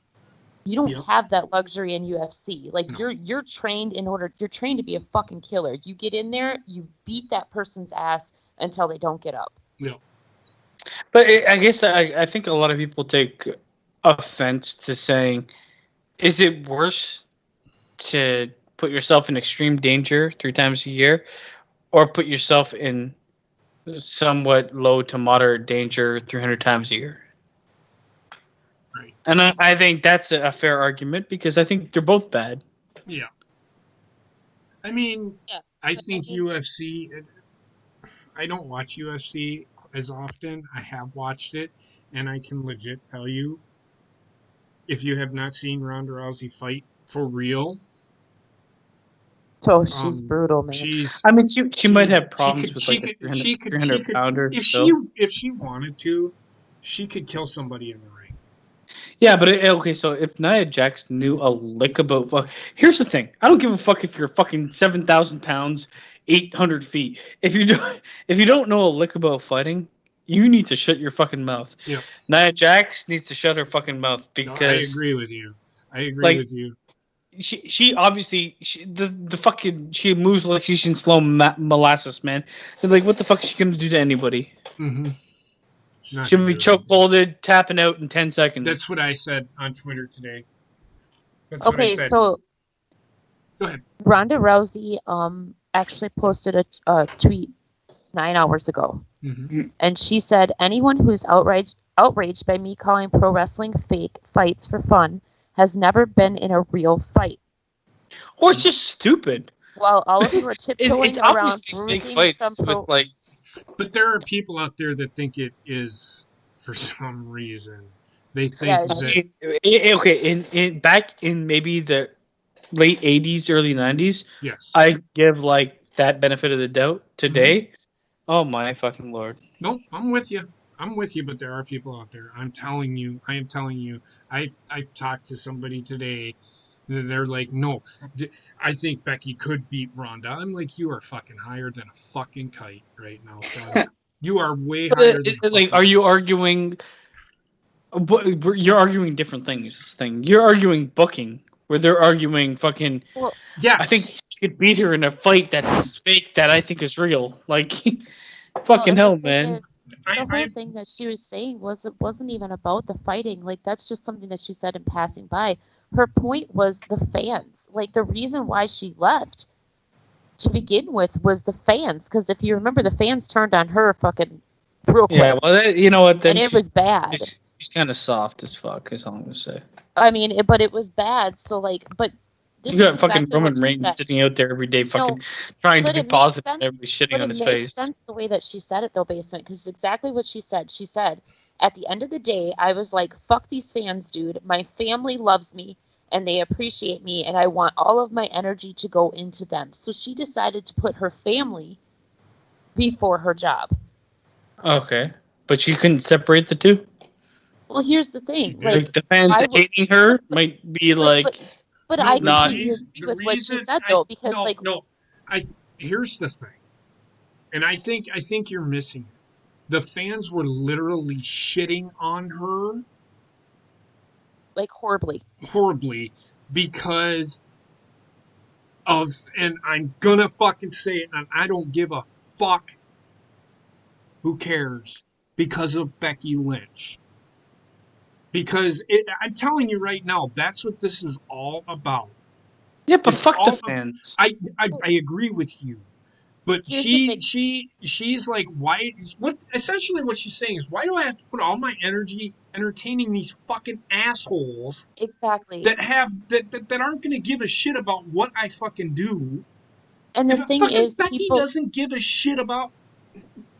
If you honestly can sit here and tell me that Becky really gives a shit about what you or I do, everybody says, "Oh, she's nice." She may be a nice person, but she doesn't. She's not gonna say, that JP, he's one hell of a guy." She's not gonna sit down at fucking dinner time with fucking Seth Rollins and talk about me. Well, The thing Yeah, but here's is, the thing. I Okay, you think don't want to do when it. the tide Okay, started turning for Rhonda is when she started getting fucking death threats. But people, all I'm gonna say is like, you know what? Is that if that's the way the fans are treating you, then fucking lean into it. Be that person. No, but Why not? Basement. The thing is, when the tide started turning for her was when she started getting death threats. But okay. My honest. Why is she hated more than all the other fucking? Was she hated more than any wrestler ever? I can't say for sure, but she was getting death threats at her home. Her family Okay, was fucking being people threatened. that have like fucking 500,000 people that watch them on YouTube get death threats. it's true, but she just didn't want to deal with the bullshit, and I think ultimately that's why she did it, and that's why Well, she said what she said. She wanted everybody to know exactly. why she was saying what she was saying, which I don't Basically, care. I don't know. I just feel like if that's her mentality, she was never meant But for wrestling basically, to what begin she's with. saying is, why should I put up with this shit when I have a family at home that I need to keep safe and they love me, and She I was can never put meant all for of my wrestling to focus begin into with. them.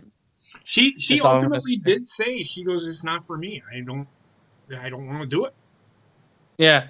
Yet I want to fight people 3 times a year, and that's more. No, she You retired know what I from mean? She's UFC. retired No, from but every. you know what I mean. Like her like she ran from wrestling to only promote what's not wrestling. Like that.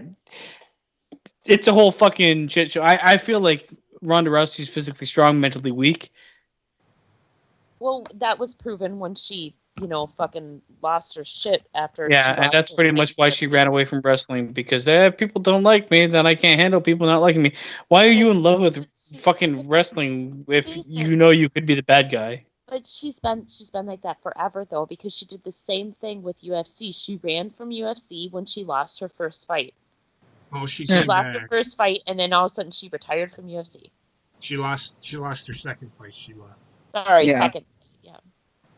And the reason she left her second fight is because her heart just wasn't in it anymore. Yeah, I don't give a fuck about her to be honest. I I mean, like her at I don't first, care. but I don't care. I don't really But care. She's uber rich. She doesn't need to do anything for the Here's rest the of her thing. life. I I have no love. respect for her. I Yeah. have every respect for Ronda Rousey because she is a trailblazer for like women in like fighting. Yeah, but in like think general. about what she did. She blazed a trail and then ran away.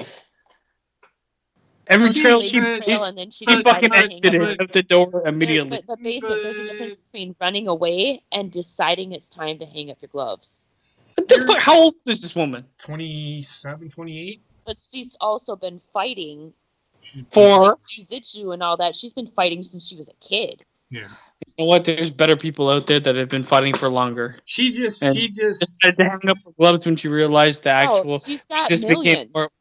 I get She's it. got millions. I She's get got it. millions. Like, I why get it. would she This continue? Lesnar has millions. He doesn't need to wrestle. she Yeah, I doesn't get need to that, do but anything. she also wants a family. Like, she wants to create a family. She- So why continue She if you don't have to? she the reason she left UFC, if she had already done it all. She made it. Yeah, man. She left UFC when UFC stopped becoming about the looks. Like it was never okay. She left UFC when legit fighters entered.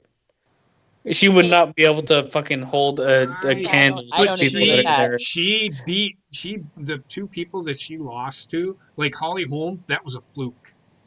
That was Yeah. a legitimate fucking fluke. Amanda Nunez, Cyborg she was- beat Amanda Nunez. Amanda Nunez just got a little bit better and actually took time to fucking learn. Ronda Rousey came back way too soon. She even said it herself. I feel like Ronda Rousey's more of like a poster girl Here's for the thing. things than she is a fucking There is legit a reason anything. why the term "fight like a girl" came after Ronda Rousey entered the whole scenario. Yeah, because she was marketable. Not only that, basement, but did you ever actually watch a Ronda Rousey fight? I have. She's good, but she's not great. She's one of the best women fighters. She I is think one of the best. In her day, I don't think anybody could beat her. Yeah, but who was she fighting? That's the thing. That's the difference. Well, Misha Tate was pretty good. She beat Amanda Nunez, who is probably considered the best women's fighter in the world today when she first came out. And Amanda Nunes was one of the better fighters at that time. It's just Ronda Rousey just didn't. Her heart wasn't. If she wouldn't have came back as soon as she did, I'm pretty sure she could have beat Amanda Nunes. She came back way too soon. The thing is, bottom line, Ronda Rousey, she decided that she was time to hang up her gloves with UFC. Okay, I respect that. She decided that wrestling she chose her family over having to deal with the bullshit. I respect that too. So, because that's her decision. If she wanted to try it, she did it. It's just not for her. She doesn't want to do it 300 days a year. She actually said that in the interview. She doesn't want to do it. You also got to remember that her and her husband are trying to have a baby. So. Well, I'm not fucking her face. Fucking face. Fucking that. Where did that come from? Well, I mean, you can't. I mean, you could punch her in the I feel like, okay, so my honest opinion on the whole thing with Ronda Rousey and WWE is she has a point, obviously, but like she literally existed in a bubble that was overly produced, overly trained, not like overly fucking acted out. Every single match I've ever seen her in, there was no calls in the ring. Everybody fucking practiced this shit for months. Mm-hmm. So, I mean, she might want to have an opinion on pro wrestling, but she never really, in my opinion, lived it 100%. Because all of her matches, in my opinion, were obviously practiced 100 times. Yeah, then she fucking must before. She loves choreography and acting and all that stuff. I get that, but that's not necessarily all of pro wrestling. Not all wrestling matches are acted out fucking hours in advance before they happen. I'm sure some of them are, but I feel like they handled her with like utmost care to make her be the beast that she was. Right. My thing is these fans out here saying that, and they are stupid, and they are out there saying that I hope Becky gets wind of this or whoever, and then they actually beat her ass. I'm like, okay, you're an idiot. I literally don't care about those fans because they're obviously brain.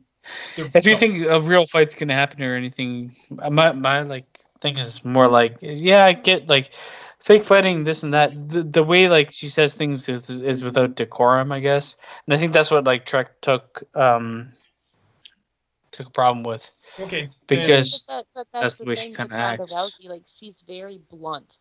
She doesn't sugarcoat anything. Yeah, she don't. That's okay, but it's not necessarily like you can't have a problem with somebody that does that. But, you know what I mean? She said before, like, that is who she is. But she said before, like, that is who she is. She is a very blunt person. She will tell you exactly what she is feeling, when she is feeling it. And I would have total respect for that. I love blunt people. I think, like, because they tell you exactly what the fuck is on their mind. I get why, like, wrestling fans have turned on her. I fully understand it because wrestling fans, though they're just fans or whatever, they have in their mindset like you work for what you get. The actual wrestling fans, yeah, are like, oh my god, man, you know what? Every single like Brock Lesnar, for instance, and he's the closest thing to Ronda Rousey. He actually worked for what he got. Mm-hmm. Ronda Rousey was handed the fucking golden rod and was like, a year's enough. Yeah, and I think that the argument can be made too. Like she kind of classified wrestling as a whole, in like the whole like it's fake and all that. It's as a collective whole. And yeah, but the thing is, like, a lot of wrestlers would take it and like fucking be like, you know what, you were treated like a fucking goddess while you're here. You got everything you want. You weren't fucking wrestling in bingo halls. You weren't fucking putting your body on the line. And that's 7 days a week. You don't understand what the fuck you're talking about. And I feel like that is the people and the mindset that might fight what she's saying, because fake fighting comes off for most people as being like, But like I said before, fake fighting with fucking real risks, that's what she didn't say. That's what she didn't say that could be bad enough. Well, is like, because when you classify wrestling as a whole, that's not right. Because like a lot of wrestling that is out there, whether it's in the indies, New Japan, whatever, a lot of it is like real fucking straight up fighting. But Well, then she you has the have same fucking companies like mentality as ROH, people that be like, oh, WWE, you know, all you do AEW, is. where it's very choreographed. It's the same mentality as people that say all you do is serve burgers, all you do is serve fucking this, all you do is put people in seats, all you do is this, all you do is that. You downplay the monotony that fucking kills your fucking mindset as a human being that doesn't have the choice to do this because you got super popular because you were in the right place at the right time with the right mentality. Mm-hmm. All Well, right. and the bottom line is, even though it's choreographed, there's still huge risks. Like I said, if somebody botches or Yeah, but who in the right there's a mind huge- wants to hear somebody down like literally shit on their profession? Who? And that I don't think like she I mean, should. I don't think she should. I mean, she didn't, but she kind of did. I don't think that she meant to come off as shitting on it, but I think it's just that bluntness that she has that made it come off that way. Yeah, the bluntness definitely came off as shitting on it. And that's fine. I have no problems with what she said.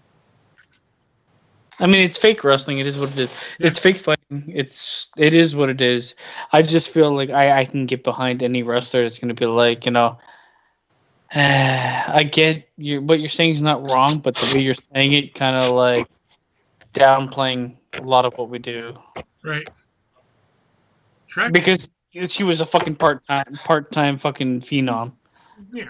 I mean, I bet you any money she would actually had to work her way up. She'd be fucking probably pretty good, and people would love her. Trek, I know you got Yeah. stuff to say. I'm gonna shit on everything you say, though. Go ahead. I'll agree with you on some things. Basement's right that's why I was pissed off because she called fake fine. What makes me mad is that she put out a tweet recently too, where she goes, "You guys don't know when you're being worked into work. You're working yourself into a shoot."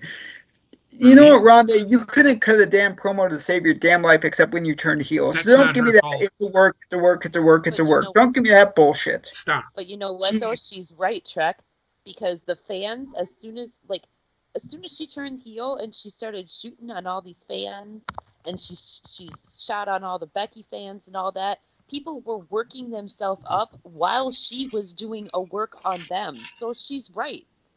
I would say though, like her shoot about like wrestling in general is not a smart one. If she has any like inclination to return to wrestling, it makes literally no sense. Don't think she's going to. I don't think she's coming back. Just solidifies it. Yeah, and you know what? To me, that solidifies why WWE should stop investing in that type of person. That's fine. I mean, don't think she's I wrong. enjoyed Ronda Rousey's like run, but like to invest fucking a year of training into somebody that's gonna put on 3 matches and fucking, I'm out. Not worth it. I mean, but like Gina said, Trek, she's not wrong. She's not. At no point is she wrong. Because it's true. She was there. Yeah, but the difference is like her experience to get there versus other people's, I think. And the fact that she got paid, Okay, millions of dollars, and the fact that she's complaining about it now, it's like you weren't complaining about it then. How do you know? How do you know? You don't know. Because all these interviews when she was still on the roster, she goes, "Oh, I love doing this. I love doing that. I have no problem with this and this and this and this." And now she's complaining. Come on. She's complaining now. She was handled like, the thing is like, she entered WWE handled like prize fighter because that's what she was. It's a different experience. It's how WWE booked her. It's not how I'm pretty sure that she didn't want. I mean, is she grateful for being booked the way she was? Probably. But did she want to be? She said it herself. She doesn't want to just be handed shit. She wanted to work for it. And honestly, I think she did. She took the wrestling. I mean, she worked, like Kurt Angle did. But she worked in like, okay, so she basically did like the condensed course in wrestling. Yeah. And the condensed course can only be accompanied by being completely choreographed in what happens in the ring.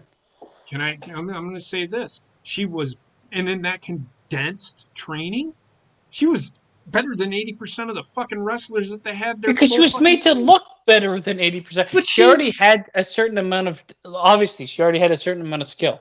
Yeah. But it's made to look that much better when everybody works towards what your strengths are, instead of making you just fucking. We're gonna throw 20 of you in the ring. Show us who's good. Instead of being like, this is the one we want, and this is how you're gonna take that move. This is that way she's gonna execute that. When you put all of your effort, this is how stars are made. Okay, like you could look at the fucking Pirates of the Caribbean, but the star is Johnny Depp, so everybody's got to work around him. And that's the way it worked with her. So her coming out there talking about wrestling and how wrestling is this and that, she has a very certain look. We all have a certain way to view wrestling because we're viewing it from a far point, but her view of wrestling is still her view of wrestling. It's not necessarily the view of wrestling from somebody that's undersized, underutilized, and has worked their way up from the top and being told, this is what wrestling is. It's fake fighting. It's this and this. Like, fuck, man. You're sitting around with fucking dislocated. You're fucking paralyzed from the neck down. This is fake wrestling. This is fake this. This is fake that. Yeah, it's fake wrestling with real consequences. Why don't you say that and give a little bit of to the people that have fallen before you? I think ultimately she wasn't shitting on the people that she worked with. She was shitting on the fans, which I would have shit on the fans. I would have said the exact same fucking thing. What's the point of shitting on the fans? Because they're a bunch she's of got the same problem as you have, man. Don't focus on the people that don't matter. They're just gonna go in whatever the direction the wind goes with. Like, there's literally no point in taking so much time to argue with somebody that it doesn't matter if you convince them of anything. She wasn't arguing with anybody, though. That's the you thing. said she's trying to convince the fans. It's basically the same fucking thing. No, that's not what I said. You just said that. No, I did not. I didn't say she was trying to convince the fans. I said she said that's. I didn't say anything about convincing. And if I did, that's not what I meant. All right, what did you mean? The reason she stepped away is because the fans are a bunch of fucking assholes. The fans think they know what they want, but when they don't get what they want, they shit on you, which is what all fans do. Okay, so don't pay attention. But she don't. She's not. Thank you, Miss. You just said she's paying attention to the fans, but she's not paying attention. She left because of the fans, but she's not paying attention to the fans. You read way too much what's being said.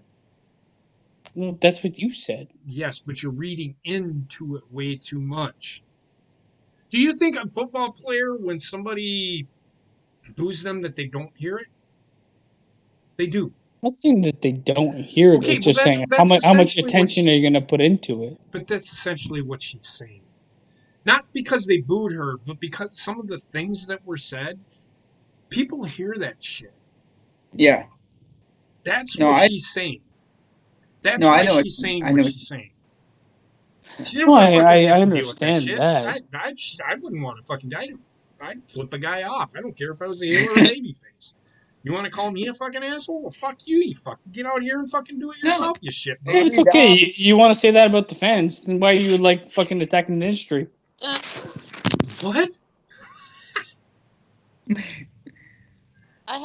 Okay, did anybody happen to see Rebby Hardy's tweet from 3 hours ago? Yep. I literally could not give a shit about what she says ever.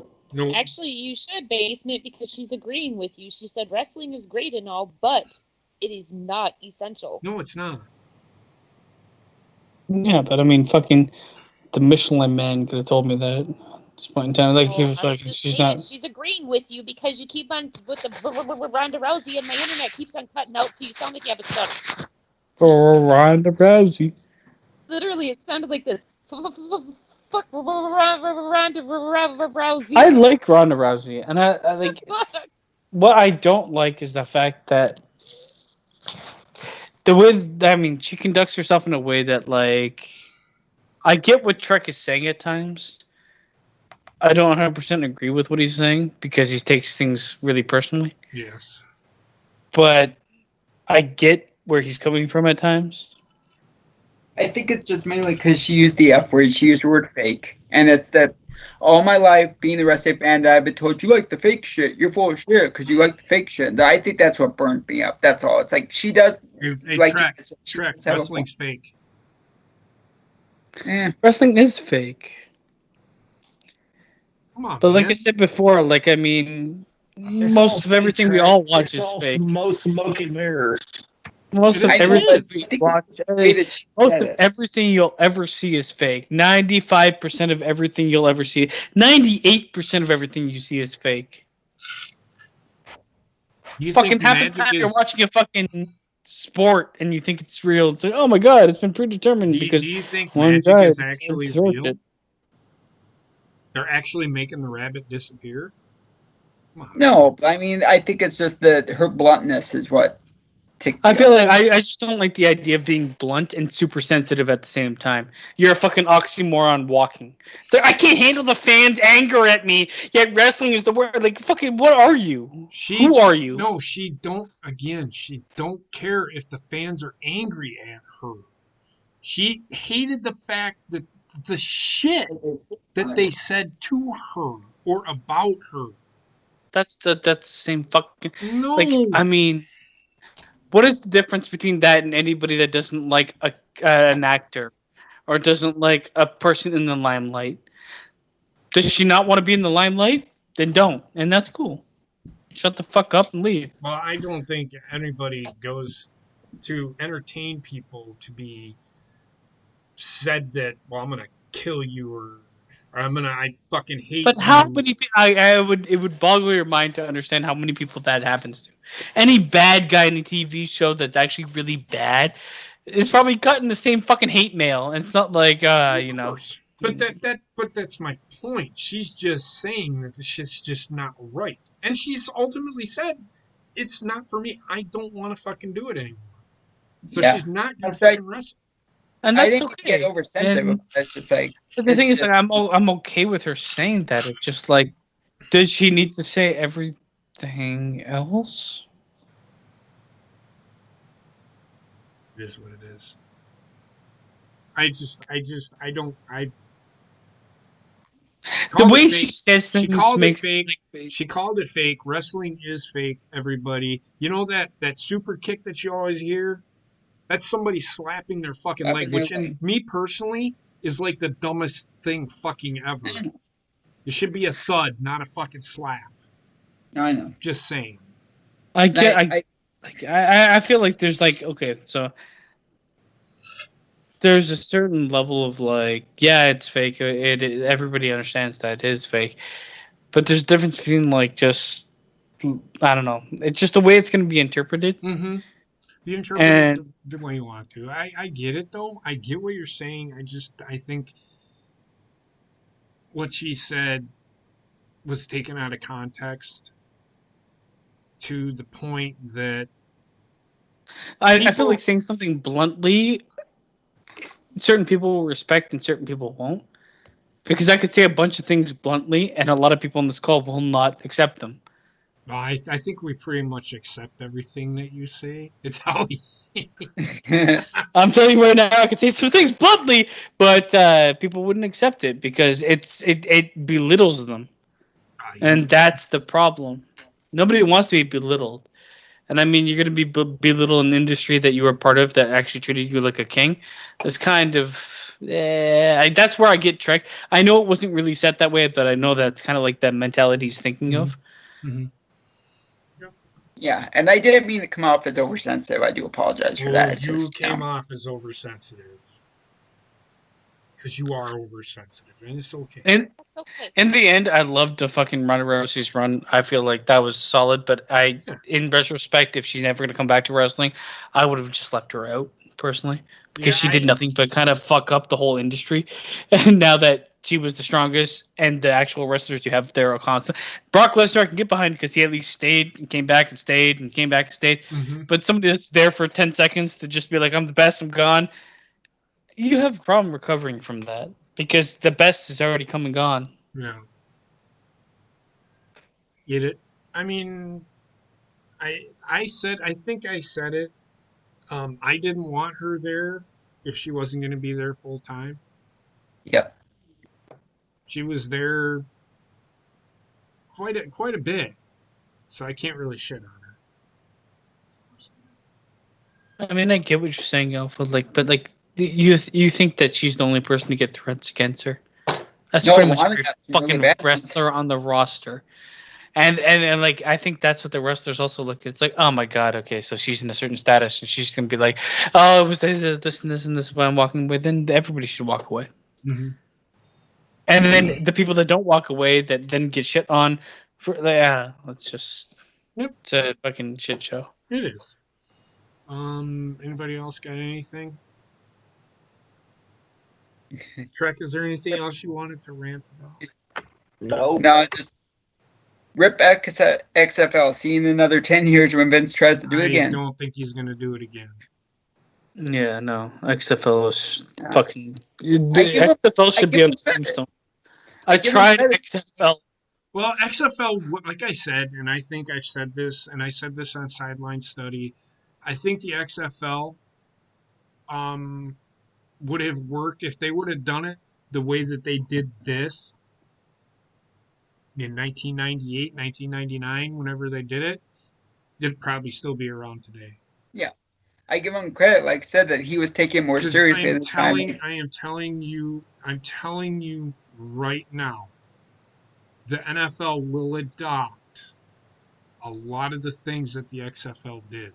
In fact, the kickoff, the NFL was actually working on that before they were trying to figure out a way to do it. The XFL just showed them what to do, and that's probably what they're going to do. And I'm okay with it. It kind of boggles my mind that Vince McMahon was so in on the XFL, realizing that he's like literally done the same thing with a bunch of other wrestling companies, adopting what they did, but being bigger and taking it over and killing it. Actually, he was ahead of the curve on this. Yep. This is something, the way he was running was way ahead. I guess. Go ahead. What I'm saying is like being a smaller company and doing something innovative and have that innovative thing being taken by the bigger company and eventually being killed because of it. Well, it ended up being killed because of this COVID thing, and he was. Yeah. You know what I'm saying? Like basically coming in with like innovative ideas, knowing that a company that's bigger than you can just take those ideas and basically make you nothing. But I think, the NFL actually praised him for doing it. And I can almost guarantee you that if they would have stuck around, the NFL would have used them as a developmental league. As a feeding system. I mean, I think that would be the best case scenario for XFL. But they're ultimately, they've shut down operations. They have not full on said not. I know they're done for next year, but like you got to think, man. You make this, you launch a company, you launch anything, you got a lot of money in that launch. Companies don't usually like fucking reciprocate value immediately.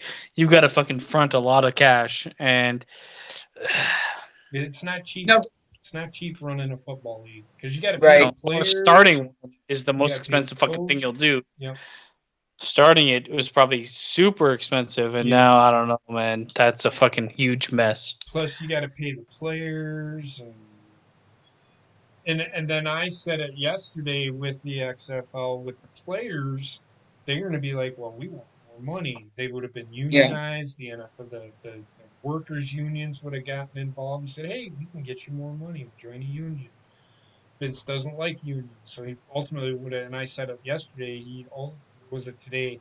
He would have ultimately killed it off. Yeah. He said, I don't want unions because they are no good, which they are, but that's me. So yeah.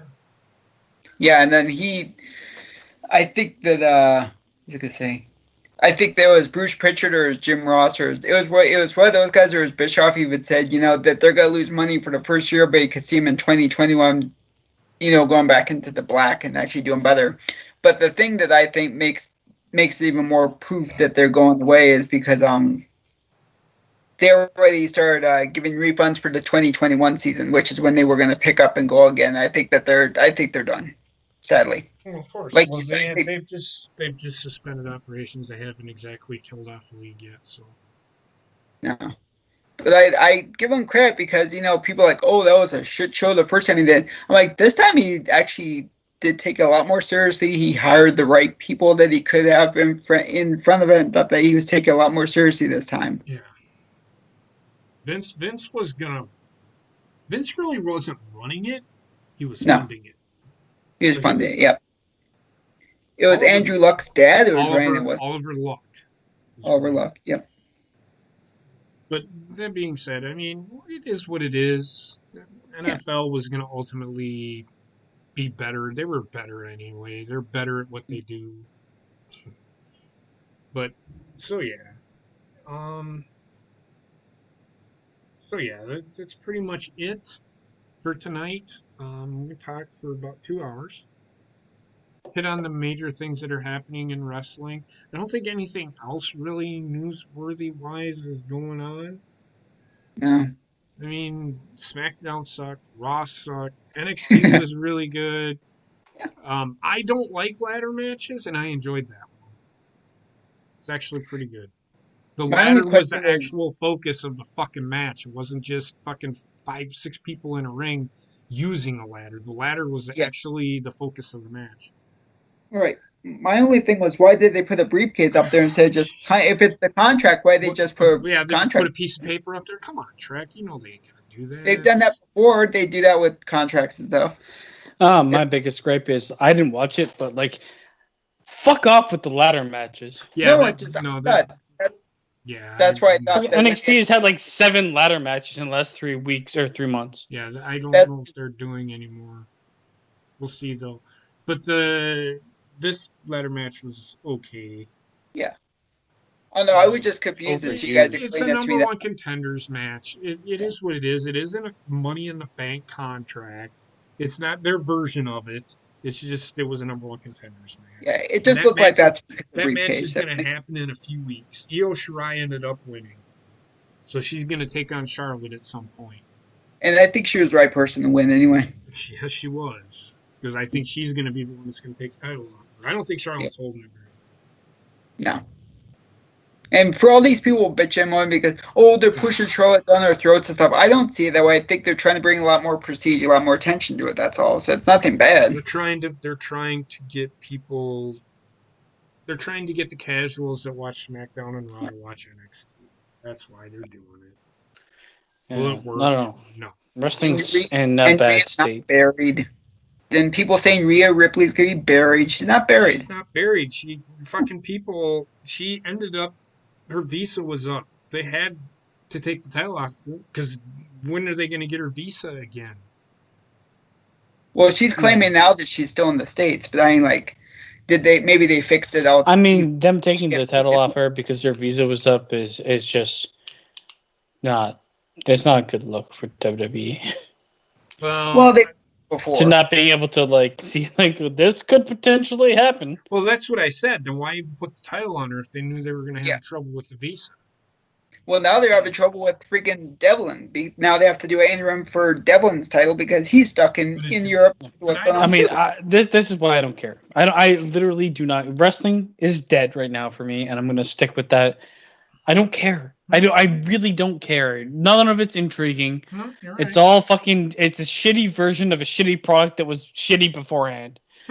I just don't. It's like you like your shit full served or half served. I already had it half served. I don't want the full product. Right. Fucking hell, man! It's garbage. It's literally garbage, and I don't want to watch it. And I'm pretty sure I'm not the only one. I have no fun. There's no fun in watching wrestling without fans. I would never watch a fucking sport event without fans either. Fuck it. The first week or two, I'm gonna give it 2 weeks because AEW had a good 2-week run without the fans. They were doing okay, but now it's not even just the fans. You can tell with what is happening in the world, the wrestlers themselves are just. It's almost like they're like defeated. Like it's as if somebody took all of their energy out of them. They don't have the fans to actually like fucking build them up. Well, and not only that, but it almost makes me think that they're sitting there wondering why are we here too. Mm-hmm. Do you think that any because concert you would can be the literally same just- without the fans? But I mean, a lot of these people, like, adrenaline comes from the fans that are cheering on. It's like, oh man, people are loving what we're saying. yeah, but It's just like emptiness. But in the same sense too, they kept up that adrenaline or whatever for the first week or two, but now without having the fans there, with everything that's going on in the world, with not being able to really because these wrestlers that are at these events are restricted in other aspects of their lives, because if they're at these events, they can't be around other people outside of these events, so they're being quarantined while they're not in the ring. So it gets to a person, let alone somebody that has to draw energy from nothing. And that's I'm essentially with it. Everybody's saying I just right now without the fans there, and yes, I don't care what the fans do, but the wrestlers themselves feed off the fans, and if there is no fan reaction, the wrestlers are essentially just doing flippy shit in a fucking ring. Yeah. Okay, Like you said, here's what I think. Sorry, go ahead, Chuck. Like you said, JP. Imagine if Edge had come back at the Royal Rumble with no fans, it would have just gone over like far in church. It's the whole reason the show Friends needs a fucking laugh track. Okay. Here's what I think that they should do. All of the wrestling companies, WWE, AEW, all of them, take a note from New Japan. New Japan has not had any live events since February? Beginning of March, February, something like that? February, yeah. Right. But yet they're still having new content up. Why? Because they're doing podcasts. They're doing live shows with very, very small groups of people. And it's just enough to keep their fans happy without actually having to have people fly in and, get into the ring. Do podcasts. The New Day has a fucking amazing podcast. Their podcast is fucking funny as hell. Yeah, but then I'm going to say this about that podcast. As soon as they put it on fucking WWE owns it. Yep.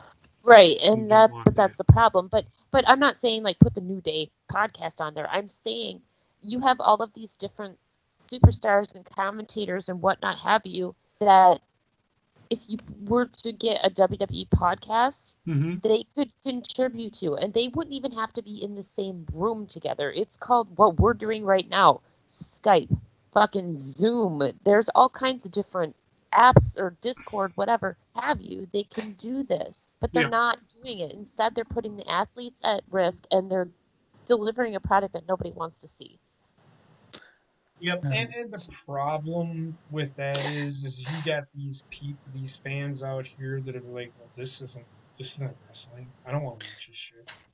But you also have you're the only fucking thing out there delivering a product that's actually delivering a product. You kind of have a bigger audience looking at you. And they look at it and it's like, well, this is fucking shit. I'm never going to watch this. Yeah. I think they're actually deterring more people than actually bringing people in. Yeah. No, I agree. It is what it is. Wrestling, like I said, wrestling is fucked, man. Dying. That's all I'm going to say. I said it at the beginning of this podcast, and I've been saying it for ever since AEW started. You can be excited for AEW. That's great. But I'm just saying it's going to be around, but how many people is it really going to draw? They only drew 692,000 people last week. There is nothing going on, and both AEW and NXT, which are the better wrestling shows, didn't draw as much as a WWE, SmackDown, and Raw drew. That says a lot. That says a lot about the state of wrestling today. That's my whole argument. Right. At the beginning of this whole thing.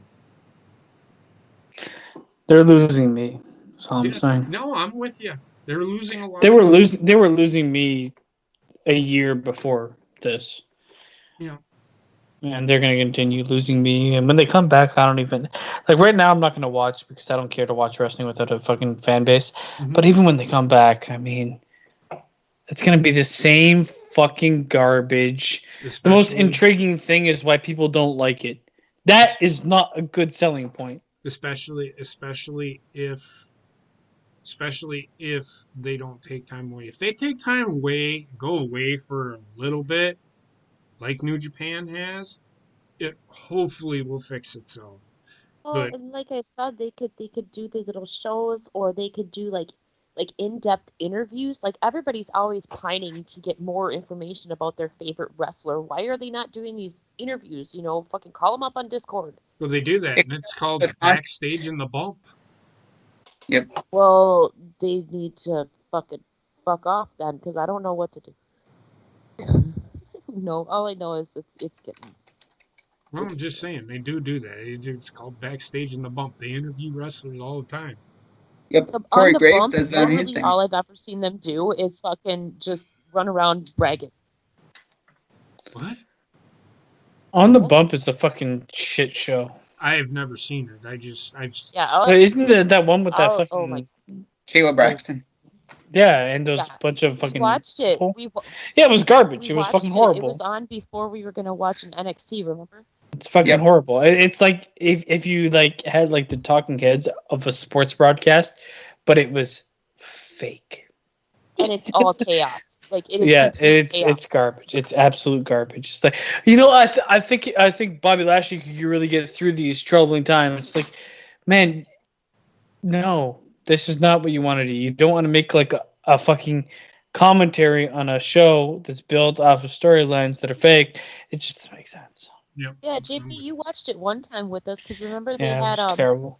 They had those people there with the fancy shoes. Well, they had No, that's when they had Davey Boy Smith. That's him. Thank you. He came out of nowhere with like fucking the chain link fence around his neck made of gold. Yeah, and JP couldn't get over his fucking shoes. I remember that. Well, I don't care for Davey Boy Smith anyway, so it doesn't really matter. So, but other than that, anybody else? Anything? Bobbit, anything you want to add? Don't watch wrestling. No, I have nothing. I know. I will say one final thing. Dave Meltzer is having trouble actually rating WrestleMania. He's not rating it, apparently. What a fucking He's just an idiot. He refuses to rate it. Well, He's just an asshole. he's just a dumb shit. No, but his explanation for not rating it is actually pretty relatable for me. I mean, I wouldn't rate WrestleMania because it's not wrestling. For me, that's not wrestling. And that's exactly not why he heavily edited bullshit, fucking cinematic shows and shit like that. But you know what? I can say that. Meltzer can't. Because Meltzer's rated fucking fake shit 99%. He's rated matches that weren't matches. I loved it. I hated it. The fucking, like, holy shit, man, dude. It wasn't a match. It was like 3 moves. Yep. He's rated people wrestling inflatable sex dolls. Yeah, so I mean, this higher ground Meltzer is not gonna like fly for me, but I do agree. I do agree with the sentiment that wasn't wrestling. WrestleMania was not wrestling. Not for me. I've said it before. I'll say it again. To quote Bruce Pritchard, "Fuck Dave Meltzer." Well, yep, you are correct. With that being said, we're gonna get out of here. I want to thank everybody for being here. Great conversation, great discussion. Everybody have a great night, and we will talk to you next week when Basement doesn't want to talk about wrestling. I don't want to talk about wrestling either. Next week I won't have anything to say. This week I have a little bit, but you know. No, I get you. So everybody have a great night, and we'll talk to you later. Bye, everybody.